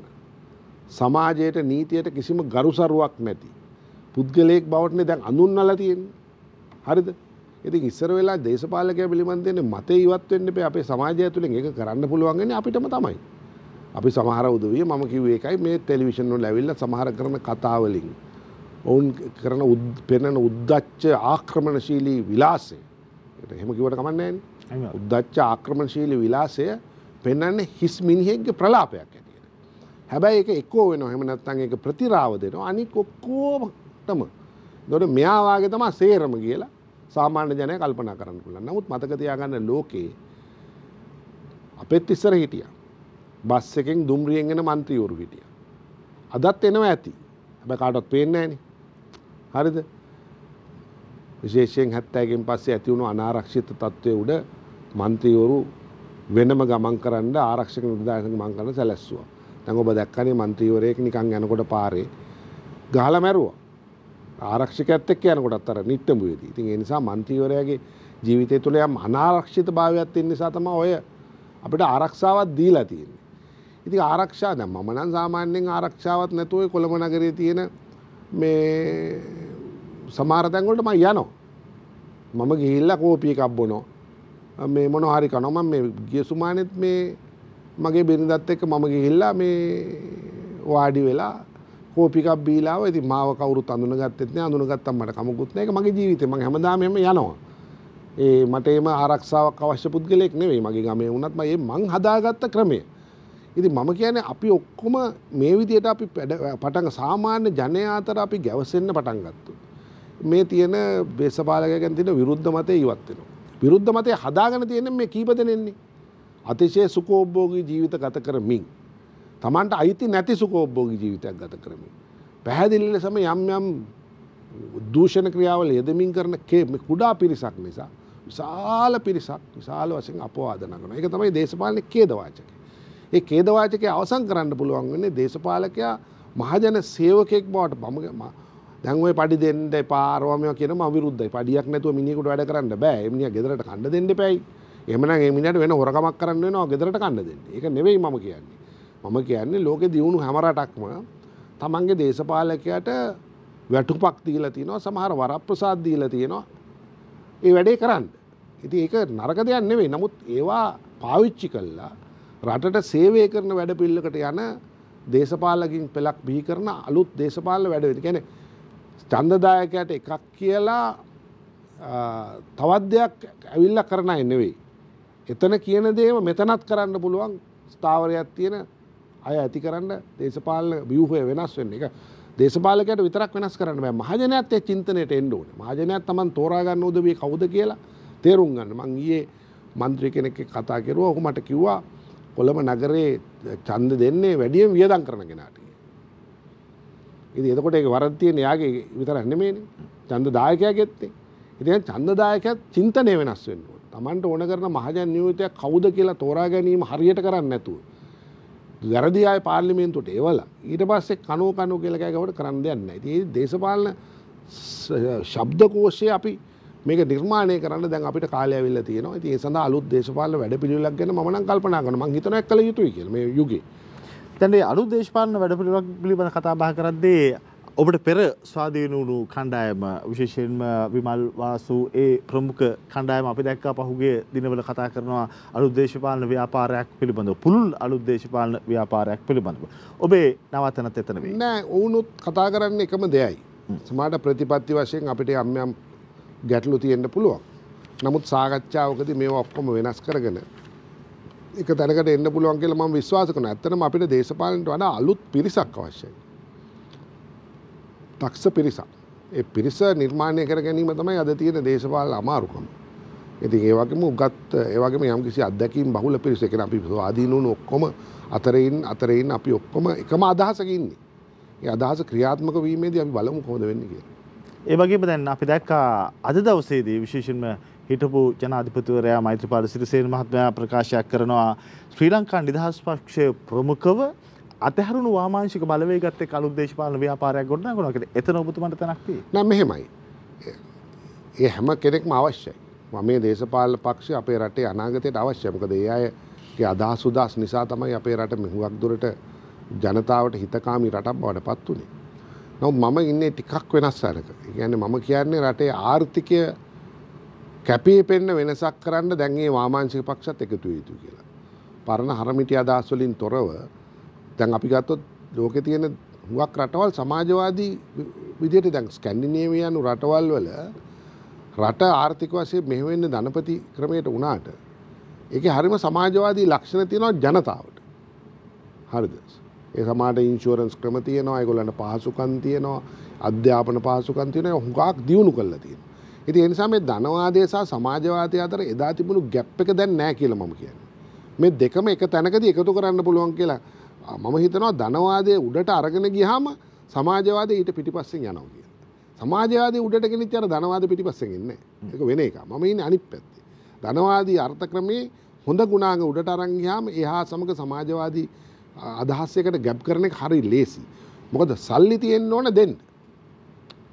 පහසුකම් දෙන්න එහෙම නැත්නම් මොනවා හරි සාහනාධාර දෙන්න සල්ලි තියෙන්න එපා. අපි කලේ සල්ලි නැතුව සාහනාධාර දීලානේ මේ ප්‍රශ්නේ හදාගත්තේ. ධනෙ උපදිනකොට සාහනාධාර දෙන්න පුළුවන්. එතකොට මේ සමාජවාදී ක්‍රියාමාර්ග එතනින් උඩට ගේන්න පුළුවන්. ඒකට ඕන කරන ආර්ථික වෙනස කරන්න පෞද්ගලික අංශය සම්බන්ධ කරගත්ත රජය සමග බද්ධ වුණු පුද්ගලික අංශයක් එකතු කරගත්ත ඒ වගේම සේවකීනුත් පෞද්ගලික අංශයත් රජයත් තුන්වලම සම්බන්ධ වුණු අලුත් ව්‍යාපාරික මොඩලයක් ගැන මම සිහින මවමින් ඉන්නවා මේ රටේ කවදා හරි ක්‍රියාත්මක වෙයි. දැන් මේ වෙනකොට විශේෂයෙන් IMF සමග යන සාකච්ඡා සහ පවතින ආර්ථික අර්බුදයත් එක්ක බොහෝ විට රජයේ පාර්ශවයෙන් යෝජනා වෙනවා ආයතන කීපයක් දැන් ප්‍රතිව්‍යුහගතකරණය කළ යුතුයි කියලා. කයින්ද සංස්ථාව විදුලි බල මණ්ඩලය ඒ අතර තියෙනවා. දැන් මේ යෝජනාව එනකොටම ඒකට දැඩි ප්‍රතිවිරෝධයක් මතුවෙමින් තියෙනවානේ. නෑ මෙහෙමයි. ටෙලිකොම් එක රාජ්‍ය පෞද්ගලික ව්‍යවසායයක් කරනකොටත් මේ විදිහටම ආවා. ඇත්තට මේ කාලේ අපිට තැපෑලත් කරන්න ඕනේ වුණා. නමුත් ඒකට ඒ අය විශාල වශයෙන් විරුද්ධ වුණා. ඒ නිසා අපි ඒක අතෑරියා. දැන් ඔබ දන්නවා ඒක ඊටාම සාර්ථකයි කියලා. ලෝකේ තියෙන්නේ අපේ රටේ මතයක් තියෙනවා මේ සමහර අංශ රාජ්‍ය සතු කරගත් තිබිය යුතුයි කියලා. පාඩු ලැබමින්ම රාජ්‍ය සතු කරගන්න ඕනේ කියලා කියනවා. ඒක හරිම මෝඩ අදහසක්. ලෝකයේ එකෙන් ඉවත් වෙලා හුඟක් කල් රාජ්‍ය මේ අංශයේ සතුව ව්‍යාපාර නැහැ දැන් හුඟක් රටවල් වල. ඊයේ පෙරේද මම දැක්කා ඊශ්‍රායලයේ තමන්ගේ හයිෆා වරාය අවුරුදු 3කට වික්කා. අදානි සමාගමකුයි තවත් සමාගමක් එකතු කරලා ගත්තා. හරි විශාල වශයෙන් බඩු පිටරට යන තැනක් හයිෆා වරාය. ඒ හයිෆා වරාය වික්කා අවුරුදු 3කට ඒගොල්ලන්ගේ උද්දමනය පාලනය කරා. අර තේරුණාද? ඊශ්‍රායලයේ උද්දමනය මොකද ජනතාව සන්තුෂ්ට වෙලා ඉන්න බෑ මොනව කරන්නද? පාඩු ලබන ආයතන එක වහලා දාලා තවත් රට දැන් අපේ රටේ වරාය ගුවන් තොටුපළ ප්‍රධාන ආදායම් මාර්ග දෙකක් වෙන්න එපා. සහ ඛනිජ තෙල් විකිණීම. විදුලි බල ප්‍රධාන ආදායම් වෙන්න එපා. ඒ අද ප්‍රධාන ආදායම් නෙමෙයි. මේවා පාඩුයිනේ. පාඩු ලබන ආයතන හැටියට මේවා කොහොමද දැන් මේ ජනතාවගේ වදු මුදලෙන් තවදුරටත් අඩංගු වෙන්නේ? දැන් සිංගප්පූරු ගුවන් සේවය ලෝකෙට හොඳම ගුවන් සේවය. අපේ ගුවන් සේවය ළඟ ලෝකේ තියෙන පාඩු ලබන ගුවන් සේවය. හරිද? කයින් තෙල් සංස්ථාව ගත්තොත් ඉන්දියානු ඔයිල් සමාගම ලාභ ලබනවා අපි පාඩු ලබනවා. මොකද ඒ හේතුව කියලා අපි අහුවොත් ඒකේ තියෙන කළමනාකරණ විතරක් නෙමෙයි ව්‍යුහාත්මක වෙනස්කම් ඕනේ කරනවා. අපි හුඟක් වෙලාවට කලින් තෙල් විකුණන්නේ අඩු මිලට. විකුණපුවාම පාඩුයි. ඊළඟට අපි ගත්තොත් වරාය ගත්තොත් අපිට තියෙනවා වරාය විවිධ වරාය තියෙනවා වෙනත් අයට දීලා. ඒ වගේ විශාල ලාභයකුත් වරාය අධිකාරියට එනවා. ඒවා එකතු කරලා තමයි ලාභය ගැන කතා කරන්නේ. ඉතින් ඒ නිසා මතක තියාගන්න ඕනේ ඒ ලෝකේ තියෙන කළමනාකරන සංකල්පයක් යනවා මිසක් මේක අපේ කියලා බඩ බැඳගෙන ඉඳලා ගමරාල ප්‍රතිපත්තියෙන් වැඩ කරන්න බෑ. ඒක කරන්න කියලා රටක් අමාරු වෙట్లా තියෙන්නේ. ඉතින් ඒ නිසා විරෝධතාවයේ කොච්චර ආවත් ඒ විරෝධතාවයට ඒ සේවකයොත් එක්ක සාකච්ඡා කරලා සේවකීන්ට තියෙන ප්‍රශ්නේ තමන්ගේ මේ රැකියාව අහිමි වෙයි කියලා. ඉතින් රැකියාව අහිමි නොවි කරන්න පුළුවන් නේ. එක්කෙනෙක්ගේවත් රැකියාව අහිමි නොවි මේව කරන්න පුළුවන්. කරන්න බැරි කමක් නැහැ. ඉතින් එතෙන්දි සේවකයෝ උනත් පොඩක් නම්‍යශීලී වෙන්න ඕනේ.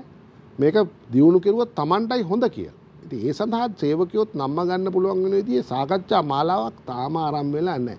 වාසිපත් දොඩන එක විතරයි. සංවර්තිවිවාද කරන්න ඕනේ කියලා කියනවා. ඒ වගේම කියනවා මේකේ ඉන්න සේවකයෝ අකාර්යක්ෂම කියනකොට ඒ සේවකයෝ මොකද්ද කරන්නේ? පවුල් නඩත් එතකොට සේවකයෝ රණ්ඩු වෙනවා. ඇයි අපි එතෙන්ට යන්නේ? මේ සේවකයොත් එකතු කරගෙන මීට වඩා හොඳ වැඩක් අපිට කරන්න බැරිද? ඇයි අපි අහිංසක සේවකයෝ රණ්ඩු වෙන්නේ? ඒක අනවශ්‍ය කණ්ඩායමකුත් ඇති. නමුත් බහුතරයක් මම ආයතනවල ඉඳලා තියෙනවා. බහුතරයක් ඉතාම හොඳ දක්ෂ අය. නමුත් දැන් ප්‍රායෝගිකව අපි පොඩ්ඩක් කල්පනා කරලා බැලුවට පස්සේ කිසියම් ආකාරයක ආයෝජකෙක් ආවොත් අපේ විශේෂයෙන් අපි මේ කතා කරපු විදුලිය, ඛනිජ තෙල්, වරාය මේ බොහෝ තැන් වලට එන පොදු චෝදනාවක් බවට පත් වෙලා තියෙනවානේ.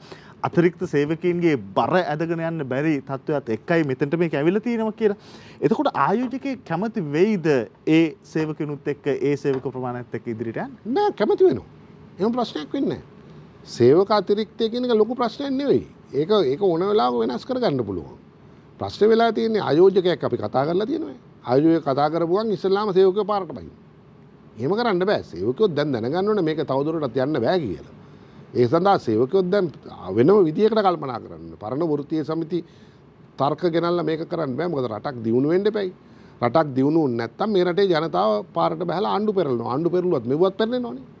ඉතින් ඒ නිසා ඒක නවත්ත ගන්න නම් සමාජයේ සතුට කියන ඉන්ඩෙක්ස් එක වැඩි කරන දේශපාලන තීන්දුව ගන්න වෙනවා. සමහර ඒවා තාම දරදඬු තීන්දුව. ඒ දරදඬු උනත් ගත්තොත් ඒකේ ප්‍රතිඵල හුඟක් තියෙයි කියලා මම විශ්වාස කරනවා. සේවකයෝ ඉවත් කරගීම අවශ්‍ය වෙන්නේ නැහැ. මගේ තර්කය හැටියට. ඔවුන් සමගම අපිට මීට වඩා වෙනස් අපි දැන් ටෙලිකොම් රාජ්‍ය පෞද්ගලික හවුල් හදනකොට සේවකයෝ අයින් කරුවේ නැහැ. අයින් කරන්න උනේ නැහැ. අද ටෙලිකොම් එක වැටුනේ ඒ සේවකයෝම ඒ ටෙලිකොම් එක ඉතාම ඉහළ තැනකට ගෙනාවා. ඒ දෙපාර්තමේන්තුව හැටියට වැඩ කරපු සේවකයෝම ඒ ටෙලිකොම් එක උඩු පොරිමයට ගෙනාවා. ඉස්සර ලයින් එකක් හදාගන්න කොච්චර අමාරුද? තමන්ට මොකක් හරි සේවාවක් ලබා ගන්න කොච්චර අද කොච්චර පහසුද? ඇයි එහෙම උනේ? මේ සේවකයෝ නරක නිසා නෙමෙයි පරිපාලනය නරක නිසා. පරිපාලනය කරන්න දාපු මිනිස්සුන්ගේ නරකකම නිසා.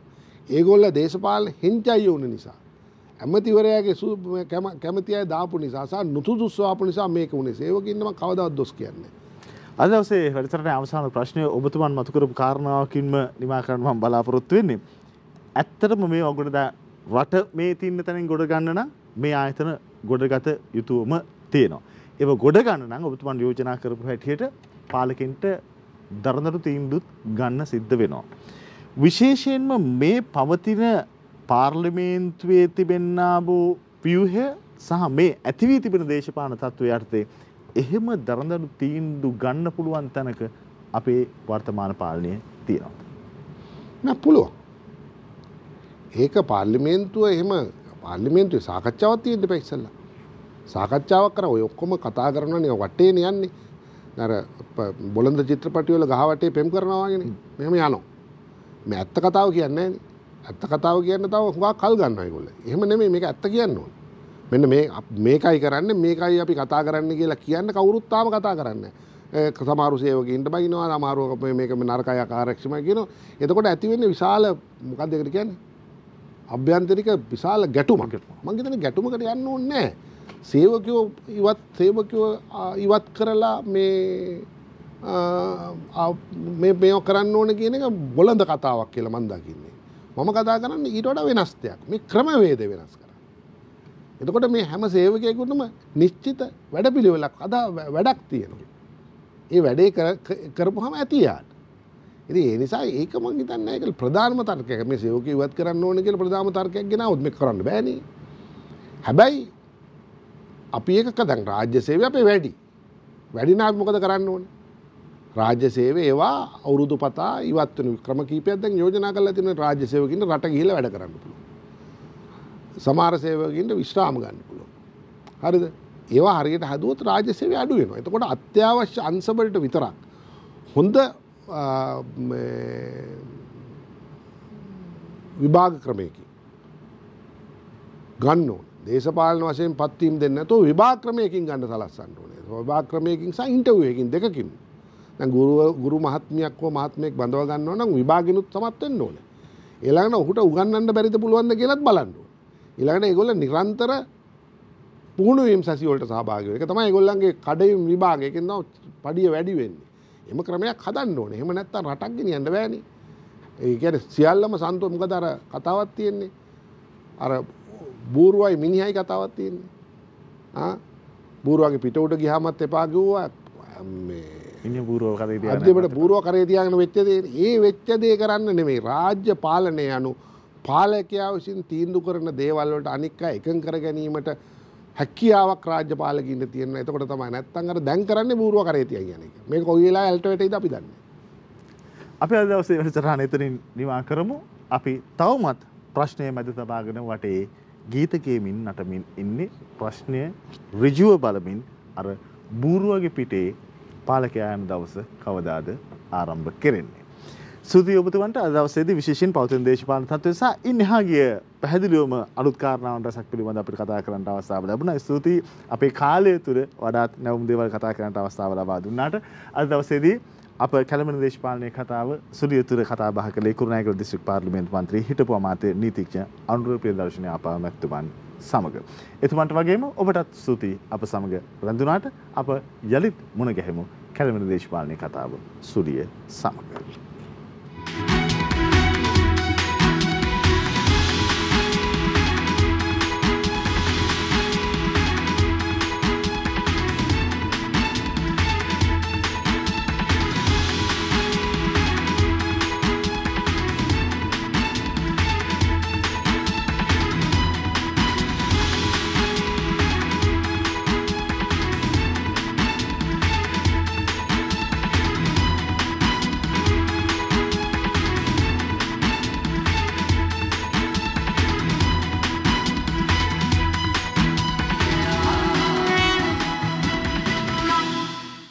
දිනපතා අලුත් වීඩියෝ සහ ප්‍රවෘත්ති නැරඹීමට ඉහත බටන් එක ක්ලික් කර සියත TV සබ්ස්ක්‍රයිබ් කරන්න.